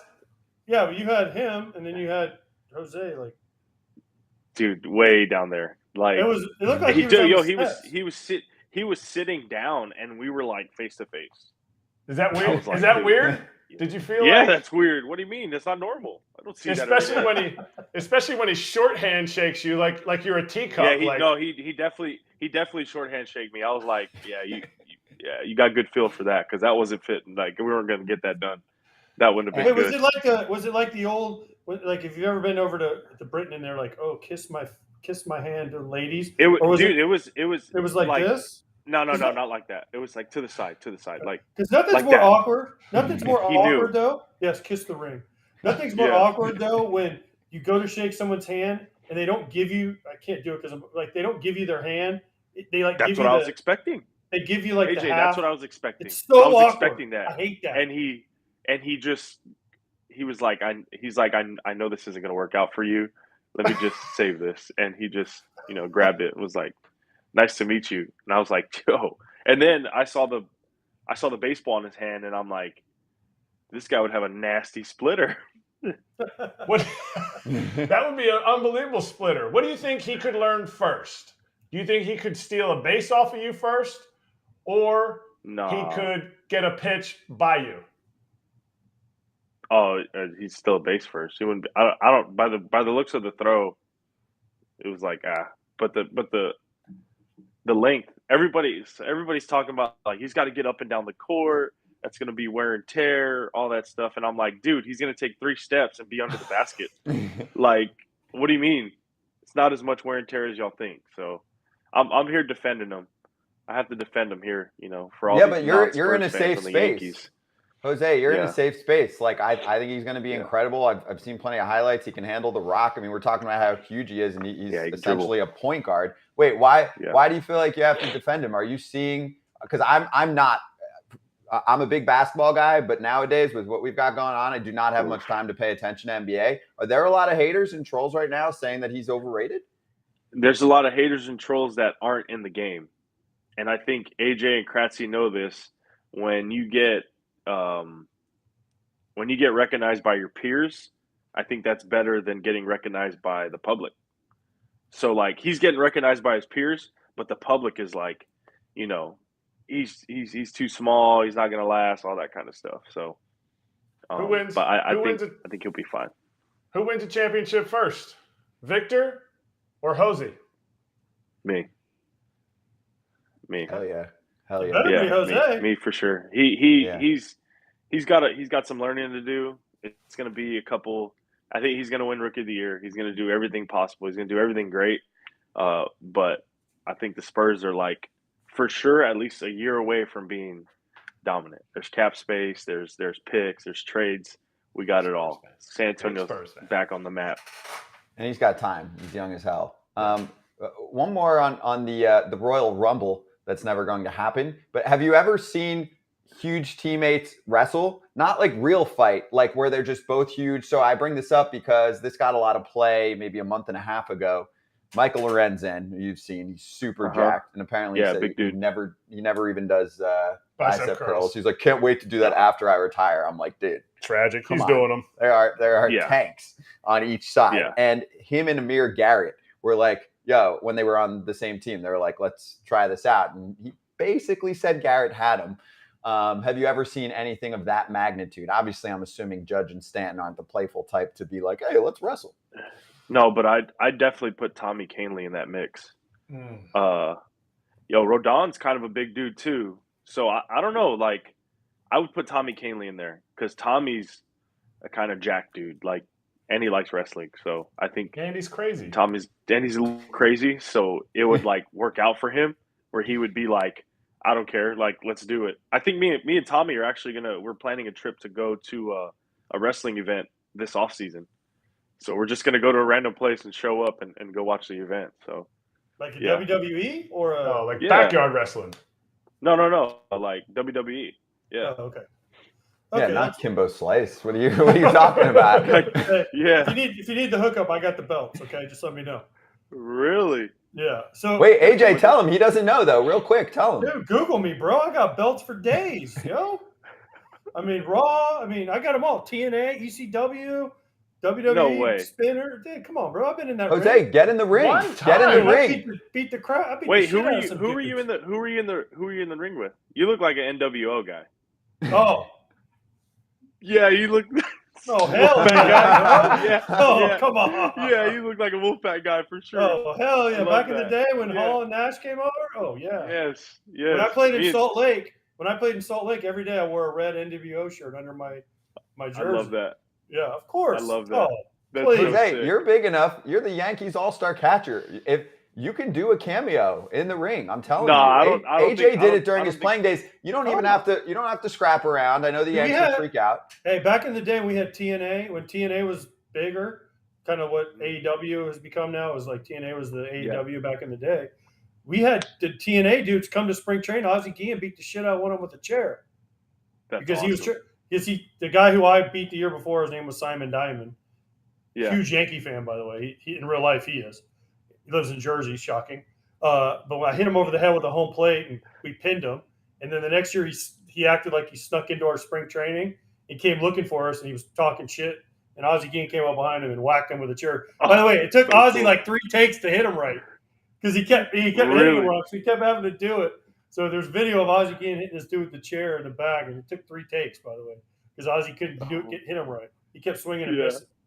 Yeah, so it's good, dude. It's fun. And then I love that. I got to beat up. I don't know if you ever had Rick Eckstein as one of your coaches, but we got to beat him up. David Eckstein's brother. And, yeah, it's all. Oh my God. It's all fun. Yeah, I love that. Let's get back to something a little more serious though. Did you fix Volpe's stance? Because now, I mean, I picked this guy for Rookie of the Year. So whoever fixed his stance, tell him thank you. He's hitting in front of me, man. He's getting all the hits. Oh, getting all the hits. You know what I mean? A lot of fastballs. He gets the protection. No, no, man. He looks good, especially last night. 3-hit night. He's been hitting the ball hard. He's been hitting the ball really hard and having good at bats. So, as y'all know, man, it's just a matter of time and getting adjusted, dude. Like, this game is freaking hard, dude. And, like, what pitchers are doing now, scouting reports wise, defensive stuff, like, it's tough, and I feel like he's starting to adjust. He's starting to get his feet under him, and I feel like he's about to take off, man. He looks really good. Nestor Cortez apparently pulled a 1-of-1 Volpe rookie auto, and then they were like, dude, that's sick, and he's like, he's got to produce. Yeah, I think that was. I thought that was a trash article. I thought that was a little bit of clickbait there. I didn't think that was obviously Nestor didn't mean anything from it. So I think that was a bad take. I think it was a bad take because I think he was just kidding around. But of course, for after, like, that's how that is, man. It's New York, so anything like that's gonna get blown up, and it's like, come on, man, that's not cool. So obviously Nestor didn't mean it. But yeah, Volpe 1-of-1 card. That stuff is hot. Yeah, I didn't even think, dude. I first of all, I didn't read the article. Second of all, I just saw the tweet and I laughed. I thought he was kidding. Yeah. Like, obviously, it's sarcasm. It's Yeah. like, yo, got to get it done. I would not say many that people about know anybody. sarcasm. Not many True. people know sarcasm now. Yeah. I love sarcasm. Very sensitive world. I've got one more for you to finish. Just, you played with Aaron Hicks for a while. He's crushing it with Baltimore. Do you see that? And man. you're like, let's go, because you saw him go through shit personally, right? When you're on the team and you're not performing well, and now you see him do well elsewhere. Obviously, it's on the Orioles, so you're gonna have to be careful because you guys are gonna play him. But yeah, no, man, it's good for Hicksy, man. I've known Hicksy. Hicksy's been cool with me ever since I came and was in New York. So I think I don't really root against anybody in baseball, man, just because I know how hard this game is. So, like, anytime anything happens to somebody good, that's my friend, or that that I have a friendship with, that's good, man. I don't. There's nothing where I'm like, no, I don't wish him any success. Like, no, man, that's not how it is. This game's way too hard to wish bad upon anybody else, because that stuff is, those baseball gods are hearing, and they can come back to you and get you. So, I'm happy for Hicksy. He looks happy. He looks like he's playing well. So, it's good for him. yeah, I mean, some people are like, oh, he's not going to play anymore. No, he's good. He's fine. Let him go. He's in the frat. Hey, good. Jose, good shit, man. Do your thing, and we'll catch you in a few weeks, all right? Thank you, guys. We'll see you. Appreciate you. Yeah, hell yeah. Dingers. What? Dingers. Dingers, baby. 15 in 2 weeks. Dingers right now. Now, between him and Higgy, He said 30 between the two of them. I brought him down. 30 He's not is gonna hit 30. aggressive for anybody. That's not, no. We just need 15. We like to be realistic with 15 on this show. Yep. Yeah, that's totally realistic. One guy, 15 throwing that homers, out there. 2 weeks, no big deal. Yeah. Two guys. I actually didn't even, it's funny. There were 2 times in that I don't care, conversation. 2 guys, 1 guy, still. 2 times in that conversation where he was, 2. I think it's harder to see. I guess whatever. I've been doing this a lot lately. I don't know why. Is this Hook'em Horns? Well, 2 times in the conversation, he was defending something, and I was like, "No, I'm with you." I mean, Wembanyama, or however you say it, He just I'm like, knows you. He just I'm knows good. you. He knows you. I'm not a troll, especially today. I'm all peace and love. Clearly, Trevino was like, "Yeah, look at this guy. I'm gonna have to defend myself." He's and lying. then trash talk with the trash article with Rodon. Cortez, and no, not Rodon. Cortez. Checking you. I'm just checking. Trying to start a new story for you. Thanks. I'm good. No, I thought who would see that and think Cortez is being serious? How sensitive do you have to be No way. Have you been on Twitter? Have you picked up your phone and been on Twitter lately? Yeah. Last night I went back for you guys. I went to bat for you guys. You had some loser who wrote back to one of our tweets. I think it was the one about Waino, and he was like, I'm not going to take anyone seriously until they wear their hat on straight. What you said. So, yeah. And two things. One, as I saw that tweet, I was watching the Braves post-game interview with Ronald Acuna wearing his hat, and I'm like, so I'm looking at this troll comment, and I'm like, shut the fuck up. And number two, pretty sure you can wear your hat however the hell you want, and we're talking about trolls being in the way, and you are the troll. So I just wrote back, okay. Just okay. Not getting into it, like, okay. The question is, just for you, bud. What's the proper way to wear your hat? Because for years, so when I was growing up, my stepdad, because Griffey was wearing his hat backwards, all the kids wanted to wear their hat backwards. My stepdad would say, well, if they wanted you to wear it backwards, they'd put a logo on the back. Then they started putting the logos on the back. So it took away that argument, right? And you're like, now what? Because now the logos are on the back and the front. So which way is the right way? I'll have to ask our next guest. Josh Hader from the San Diego Padres, our boy, joining us right now on FT Live. Oh, see? Okay, correct it. Hader's, I'm not turning mine around. It would ruin my only bit of the whole show. Everyone would see what the hat is before. But it's got to be a Brewer's hat. It's got to be a Brewer's hat. We're all Brewers because Hader's on, Brewers. Man. It's my guy. Brewers, man. Sticking outdoors now, baby. What it do, fellas? How you guys doing? Dude, great. Can you explain what's that? Start with that. Stricken Outdoors is what I'm Stricken saying. Outdoors. Go ahead. Stricken Outdoors is like a hunting company that me and a couple buddies started. We like film our hunts throughout the off season, and we came up with a little name, had some merch, and did all that. So it was like a cool little thing that, obviously we're playing baseball all the time, and they were back home working, and it's just like something that we just could do something together, obviously, and share a passion of hunting. So it was it's fun. It's exciting too. That's awesome. No, we'll plug that. I didn't know about that. And sorry, this just got in our way. Whoa, that just popped up out of nowhere. Yeah, that's your butt. I'm touching your butt right now.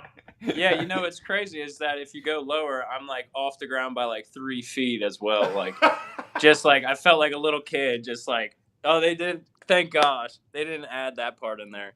I lifted him up after. I gotta get rid of this because it's so big. It's a great gift. It's a great gift from Hader. Did he give you that? He gave it. Yeah. Oh, that's awesome. You and the wifey. One day after the season, I show up. I'm gonna probably rip it here if I don't. No, you're good. Okay. There it is. One day after the season, I show up, or my wife's at home, Sarah's at home, and she's like, babe, there's a huge package at the front door. I'm like, wow, babe. Okay, I'll check it out. And she was calling me on the phone, and she goes, it's really big. I don't want to open it. Like, what if something like breaks? I was like, I have no idea. Hader didn't tell me nothing like this. And this huge, it's like 4 foot, 5 foot tall. It's a picture of me and Hader. Such an awesome gift. You and the wife, I mean, it's centerpiece in the basement. I built the whole basement around it. I love it. No, I mean, I think that was a special moment for us. Obviously, being in Denver and cold and moving on in playoffs. Playoffs is a hard thing to do in professional sports, especially baseball. And, I had a great time with you and just the mentor that you were to me as a pitcher and that battery connection. I was like, Maria and I were just talking like, what could we do? Like just to kind of remember that moment, but also, remember obviously the career you had. So I thought that was a special moment. For sure. I don't have any, but nobody's painted a picture of me and sent it to me. So I seriously, like, I really appreciate it. I sent both of you guys texts. It's so awesome. It was a great run. And for me, I'm like, I should have quit that year. But my question is, have you had anybody else that you've bought a painted picture for? Because it's going to make it feel a little... Nobody?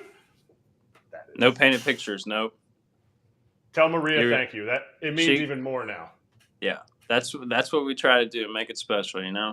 It's I think the baseball world is a unique experience because you meet so many different people, so many different families, and when you become, spend so much time with each other, I think that was something that we show our appreciation just from you and your family and how great you guys are. Josh, so I'm glad Erik, you guys immortalized that moment you guys had.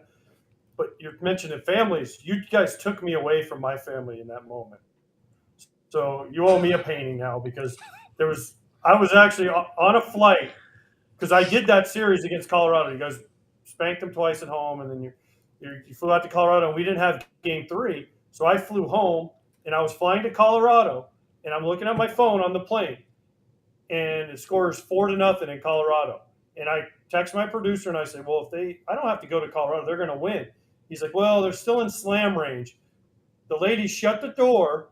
We go to take off, and I had to stop in Houston to get to Denver. We go to take off, and right when we hit the runway, somebody hit a grand slam to make it 8-0.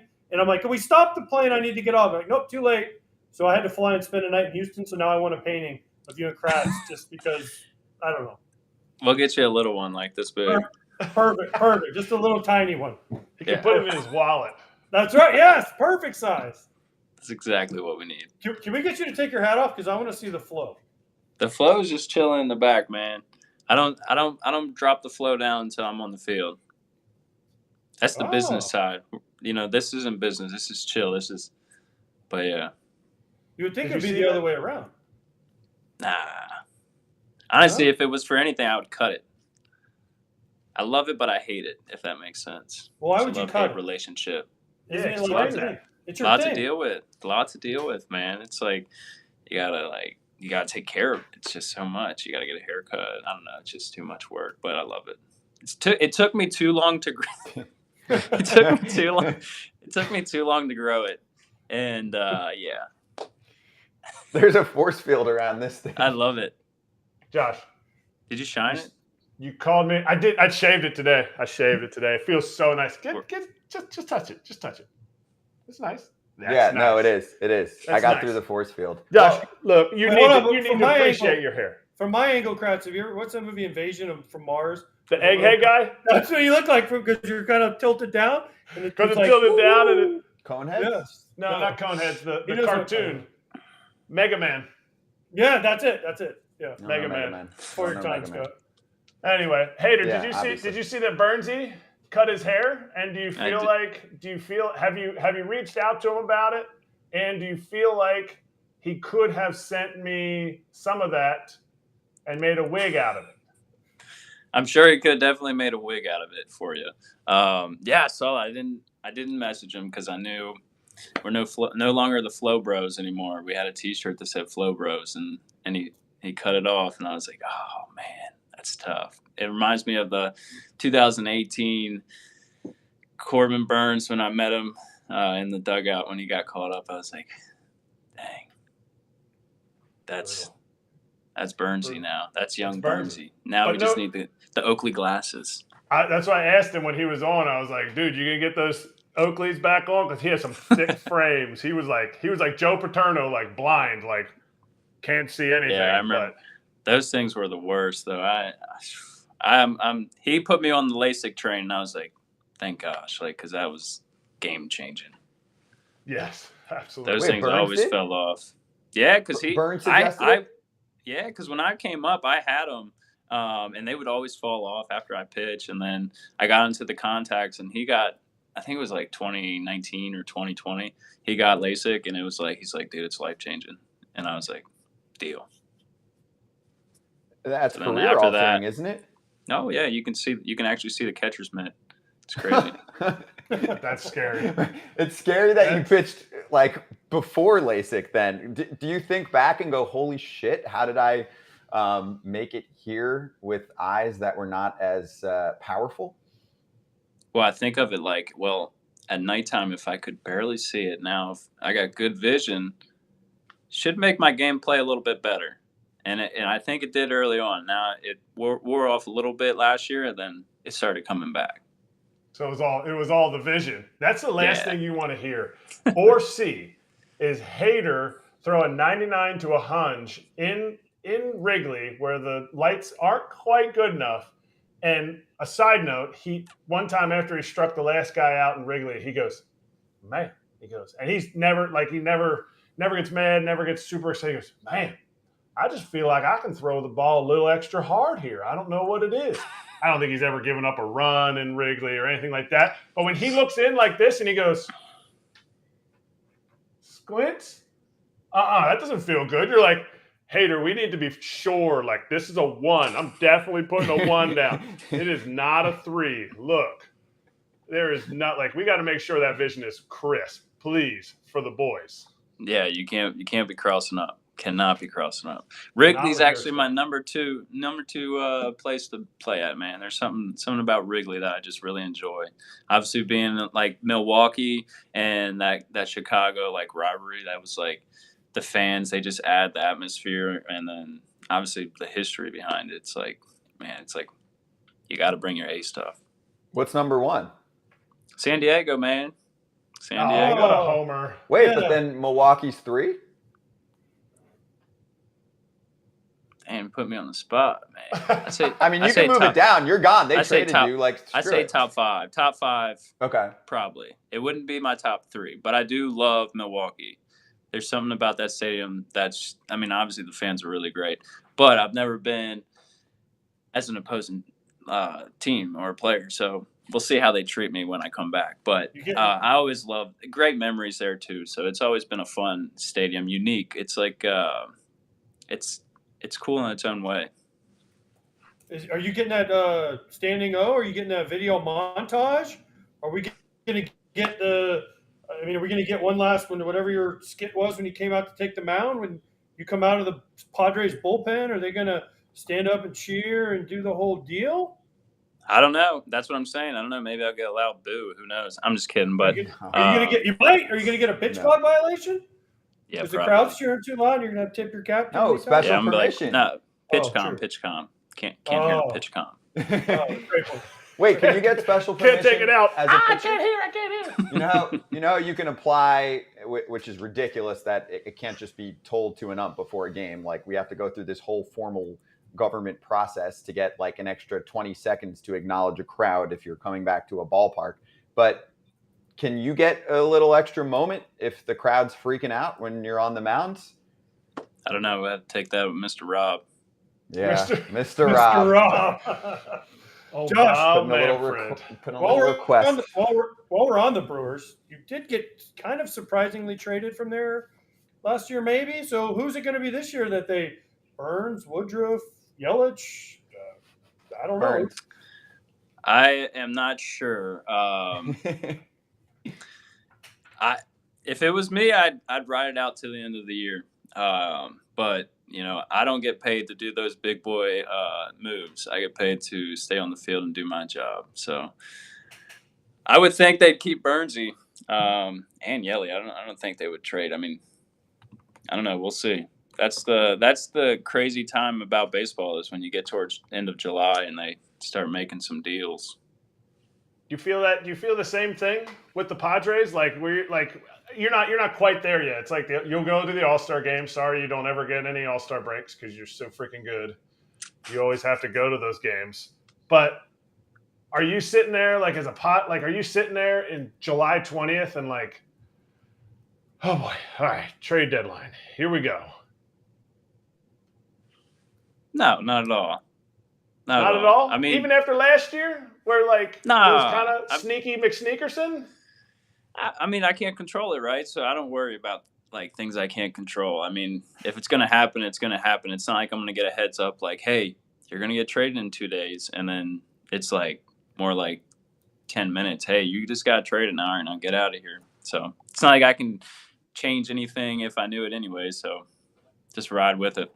So you can't change anything. How was it for you and Maria last year? Because I moved 94 times in my life before I quit baseball. So how was now you've been traded a lot, but now you guys are family style. Maria is like, I don't know. I asked you guys one time if you guys ever argue because neither you guys you're both so freaking nice, but now you got a kid.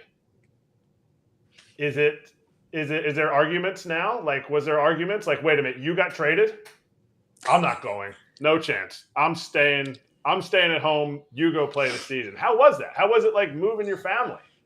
I special shout out to the agency. CAA really helped us out, helped her out especially. I was in Pittsburgh. We had an off day, so I got traded. And I was on a flight literally in 3 hours after that, so I wasn't able to go back home, help her out, pack or anything like that. So Sean came in and helped her out, flew her out with her because we had the dogs and Lucas, and he was probably, I want to say he was like 4 weeks old.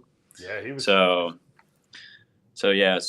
I mean, if it wasn't for him, I don't know how she would have done it, but it was definitely that was probably the most stressful time, just because you can't help her. You have no hands in the game, so for them to be able to help her out was definitely a big part. That made it easier, but she was excited to go to San Diego. I mean, we were both excited. San Diego was like one of the places that we always liked going to. It was our first like big league experience for the Futures game was in San Diego. So that's kind of where I think that's one of the biggest why we fell in love with it. That's awesome. You guys experienced it early. Did you like, people don't understand this part of it. How much does that affect, or how much extra effort to make it not affect your play on the field is a move like that, where you're sitting there and Maria's like, she still has her normal duties of every day, taking care of Lucas. Oh yeah, she's got to pack up. Oh yeah, she's got to fly out to San Diego. Yeah, I mean, I wouldn't say it's too much. I mean, I try not to bring that kind of stuff onto the field. Obviously, it's really hard to do. You try and separate that stuff as best as you can. But once we got settled in, I think that was the biggest thing is, just you had some peace of mind that everything was moving and kind of getting back into a normal routine. Josh, so this is how you have to do it. So in 2014, I was at the Red Sox, got DFA'd, went to the Cardinals. And so I moved myself because I was in the middle of doing it. But we had sold our house during the season, and we had to move out because the person wanted in. So while I was playing, my wife, and I have 2 kids, had to move us from one house to another. I wasn't home. I had never been to the house we were renting while our other house was being finished. I pull into the place, and the guy goes, "Where do you live?" And I look at the driver, and I said, "I have no idea. I don't know where it is. All I have is an address. I've never seen the house. I don't know what it looks like. Just let's find it together." And it was nighttime. So the driver pulled up, and I was like, "Okay, good job, honey. You got a good, nice rental house for us. So next time, just be playing and say, 'Don't worry, sweetie, you got it all, and I'll see you when we get back.'" Where's Waldo type deal with the houses. Yeah. I literally think I pulled through, and the guy goes, "Where do you live?" And I go, "No idea." He's like, "What do you mean? What do you mean you don't know where you live?" Yep, never seen it. Yep, first time for everything. So I like it. I understand. We all understand how hard it is if you play this game and what obviously our families have to go through. But for you, I always considered you as a Brewer. You were going to be a Brewer for life. And then I think there was no bigger shock in probably the last few years than you getting traded. And so mainly the thing is I was in Milwaukee right after you got traded. And I saw the look on the guys' faces. And it took them a while to get back to playing where they were at. Did you think that you would have that impact not only on the Padres, but then obviously on the Brewers organization? So you impacted 2 with that one move. I think too, we hang out so much, baseball players, just like we're together every single day. And I think that's one of the things that you want is like a family. You want to feel like a family, right? And it just means that's the special relationship that we had in a clubhouse, and that's what you want. That's how you do great things on a field. Is it starts in the clubhouse. It starts with that camaraderie where you guys can trust each other. You guys can have fun around each other, and it just makes the game easier. And especially like we play 162 games. You guys know that it's not easy to go through a full schedule, and you gotta make it as easy as possible. And I think that's where it starts. Hey, got to ask you because it was very recent about this. I'm sure you'll see it in the clubhouse and have a good time with it. Dan Clark, that tweet that popped up, tension in the Padres clubhouse the breaking point. We checked with we have a few insiders, and they were like, yeah, I got nothing. That's bullshit. Finger pointing, strategy, disagreement, accusations of laziness, poor prep from certain high-profile players, real lack of team cohesion. Many fear the once-hyped season is doomed. So a lot of views. I don't know the guy, so I don't want to speak, positively or negatively about the person. But the actual words that came out on the tweet, I'm sure you'll get asked about it in the clubhouse anyway. So we can start here. Your thoughts and what are the rest of the dudes, your teammates, going to say when they're asked about that? Look, I think at the end of the day, a lot of people want to speculate on things when you're not going so hot. There's always something going on. But for what I know in the clubhouse and what I've experienced, we have a great group of guys. And like we do a lot of group activities together. So I think, if you're not inside and you're just looking from the outside, you may think that. But it's totally like I can't agree with that at all at one point. So, everybody has their opinions on what they think is the real answer of why, teams start to struggle. But, that's definitely not one of them. I think the clubhouse is probably one of the closest knit groups that I've been to and been with. And, so at the end of the day, everybody's going to have their opinions. You said you guys do a lot of activities together. What are you guys doing? Are you guys playing some bocce ball? Are you guys bowling? What do you guys? What's the activity? And go ahead. You pointed out. No, go. And who's paying for that, John? Because you make a lot of money, but you're still not the top. You're not the top dog. And I know you're generous. Not even close. That's what I mean. He's making some cheese, but who's paying for these team activities, these Tupperware parties you guys are going to? We'll do some dinners every now and then we'll definitely do some.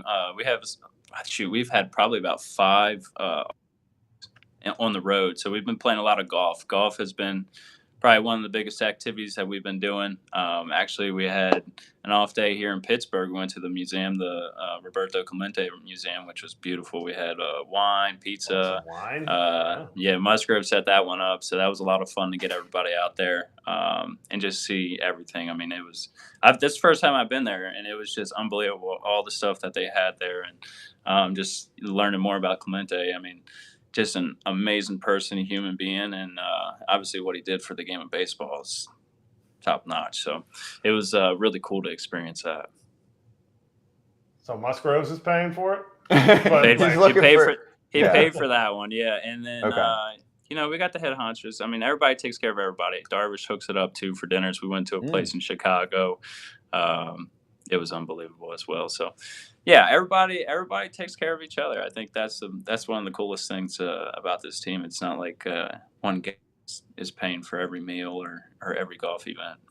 Well, when we played together with the Brewers, there's only a couple dudes that were making some cheese. So we were always looking at Ryan Braun's short arms. Like he was like trying to get into the wallet, trying to get in, can't get in there. But we gotta, you need the boys paying. Yeah. Yeah, you definitely do. It's nice. It's nice when you can split it too. You don't have to have the one guy taking all the brunt of the. Oh, he got cut off a little bit, but actually perfect timing. So, is he still there? Yeah, I'm here. You got me. You're here. Oh, yeah. But wait. Yeah, the service is not so well here. No, it was beautiful. We made it through the 15, 20, whatever it was. You got to hit a team bus. So, dude, awesome seeing you and catching up with you. And Pierzynski wants one of his pitchers to give him one of those bad boys at some point. It's a one of one. Yeah, it's a one of one. It's a one of one, hater. We'll have to send him just the actual photo of it. Oh, Josh, by the way, you sent that to Kratz's house. Gordon Beckham's grandmother made one of him and I. And he has to have it over his fireplace. So Kratz has his in his basement. Beckham has mine over his fireplace at his house. So suck on it, Kratz. Yeah, we got to step that up, Kratz. Hater. Tell him who cares. And, hey, when you come to Philly, we got to go golfing. So you'll pay, not me. Deal. We got a scheduled doubleheader. So go golf. Good luck. Right after the All-Star break. Yeah, I'm not sure if we'll be able to get a golf outing in that one. No. It won't be, but we'll try I'm and thinking figure of coming it out. down to the game. I'm thinking of coming down to the game, say hi, bring my picture. Beautiful. Cheers, Josh. Good to see you, bud. We'll see you soon. Appreciate you guys having me on. Take care. Thank you. You Stricken too. outdoors. Love it. Love it. Now I know. That Wow. guy Perfect is- timing. That guy is he's a G. Like you guys didn't even hear it when he first came on. He goes, what to do? Like he is so chilled out and relaxed. Like there is no heartbeat, and there's no heartbeat when he's in a big game. There's no heartbeat when, I mean, we didn't even touch on the fact that he's the best closer in the game over the last 5 years, numbers wise. I mean, All-Stars, 4 All-Stars. Top 5 closer in the game. Are we allowed to say that? You guys have all your weird rules. You can put him in that list. Easy. That's an easy. He might even be top 3. He might even be an ace. Ooh. I'm just kidding. I just knew that would get Scott fired up. He's so mad. He's No, so mad. Yeah. It's going to take a lot to get me this week. The jaw got a little angry. Oh, by the way, if you haven't seen it on Instagram, I don't know if I'm allowed to say this but Electric Forest is all over Instagram, by the way. Scott Braun went to a human car wash. That's true. That's true. You can say that. What's wrong with that? I went through. I don't know what They have rides there. There's a human car wash. A human car wash? Yeah. They do. Yes. Look it up. Let's slap hands, baby.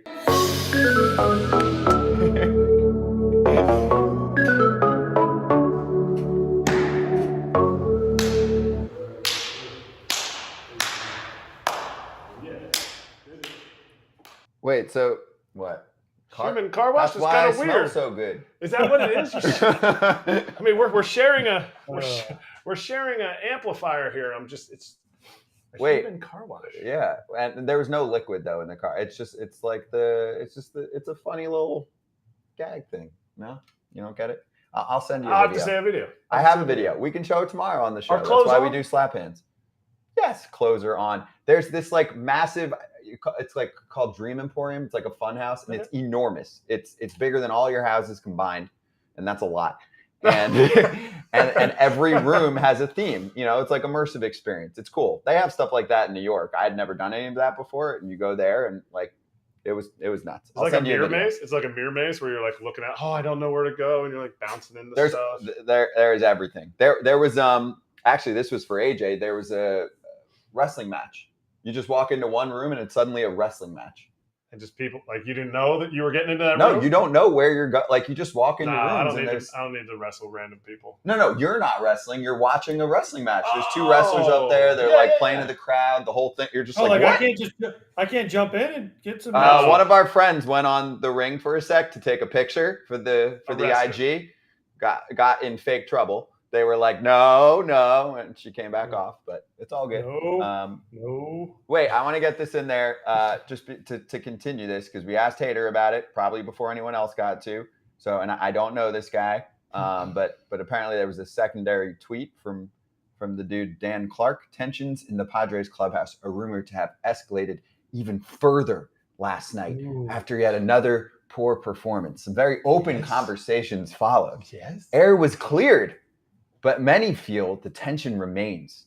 Team is in complete disarray. A huge 2 weeks ahead before the All-Star game. Hader, I don't know. He was in total disarray. Yeah. Oh man. Yeah, that's heavy. And listen, I love the drama, and I want to hear all about everything. And yes, there are personalities in every clubhouse, and the team's not playing well. So yeah, I would expect them to be pissed. But the way that this is being worded, we might have to bring Dan on the show. It's just the way that he's wording the tweets. Will he come on? Will he come on? I'll DM him after the show. That just the way he's wording them. I'm not knocking him. I'm just saying like this is getting a little intense. I'm knocking him because he's being. I could go on any Twitter right now. I could go on my Twitter and say the White Sox clubhouse is imploding because they're 14 games under 500. Sources tell me, and then you're like, well, who are your sources? And I'm like, sources. I can't give up my sources. I can't give for up. Real? Then it must be true. That's right. Like it's one of those things that like so we asked now. Hader about it. It's cryptic, so just explain yourself. This is what is good about social media, and what's bad about social media is all the stuff we talked about earlier. But what's good is the fact that you have an opportunity to explain yourself. You don't just slam a tweet out there and then be like, see what happens. Clickbait. No, you can talk about it. Let's talk, and then you can retract it if you're like, I was kind of wrong. It's like you throw out generalities, right? So you say, if you're a meteorologist, you say, oh, it's raining somewhere. It's raining. And you look outside, you're like, man, it's sunny out. And you're like, yeah, but it's raining in New York. Also, did he just mean like Padres team meeting? Because everyone does team meetings. I don't know. I need more. We're going to DM him. Winners win, losers have meetings. Everyone's welcome on the show. I want to finish with this as the music plays us off. I don't know if we've gotten an update yet on Terry Francona, but Tito, we love you. We hope you're all right. I know you had to go to the hospital for precautionary tests. We hope you get out of there and the tests all work out in your favor. So we're thinking about you, bud. Okay? Yes? Agreed. Yes. I didn't know there was a. Hopefully No, you can say verbal retweet. Verbal retweet. And see you Thursday. Huge guest Friday, by the way, on FT Live. Just saying. Huge. Teaser. Huge. Sounds fishy to me. Sounds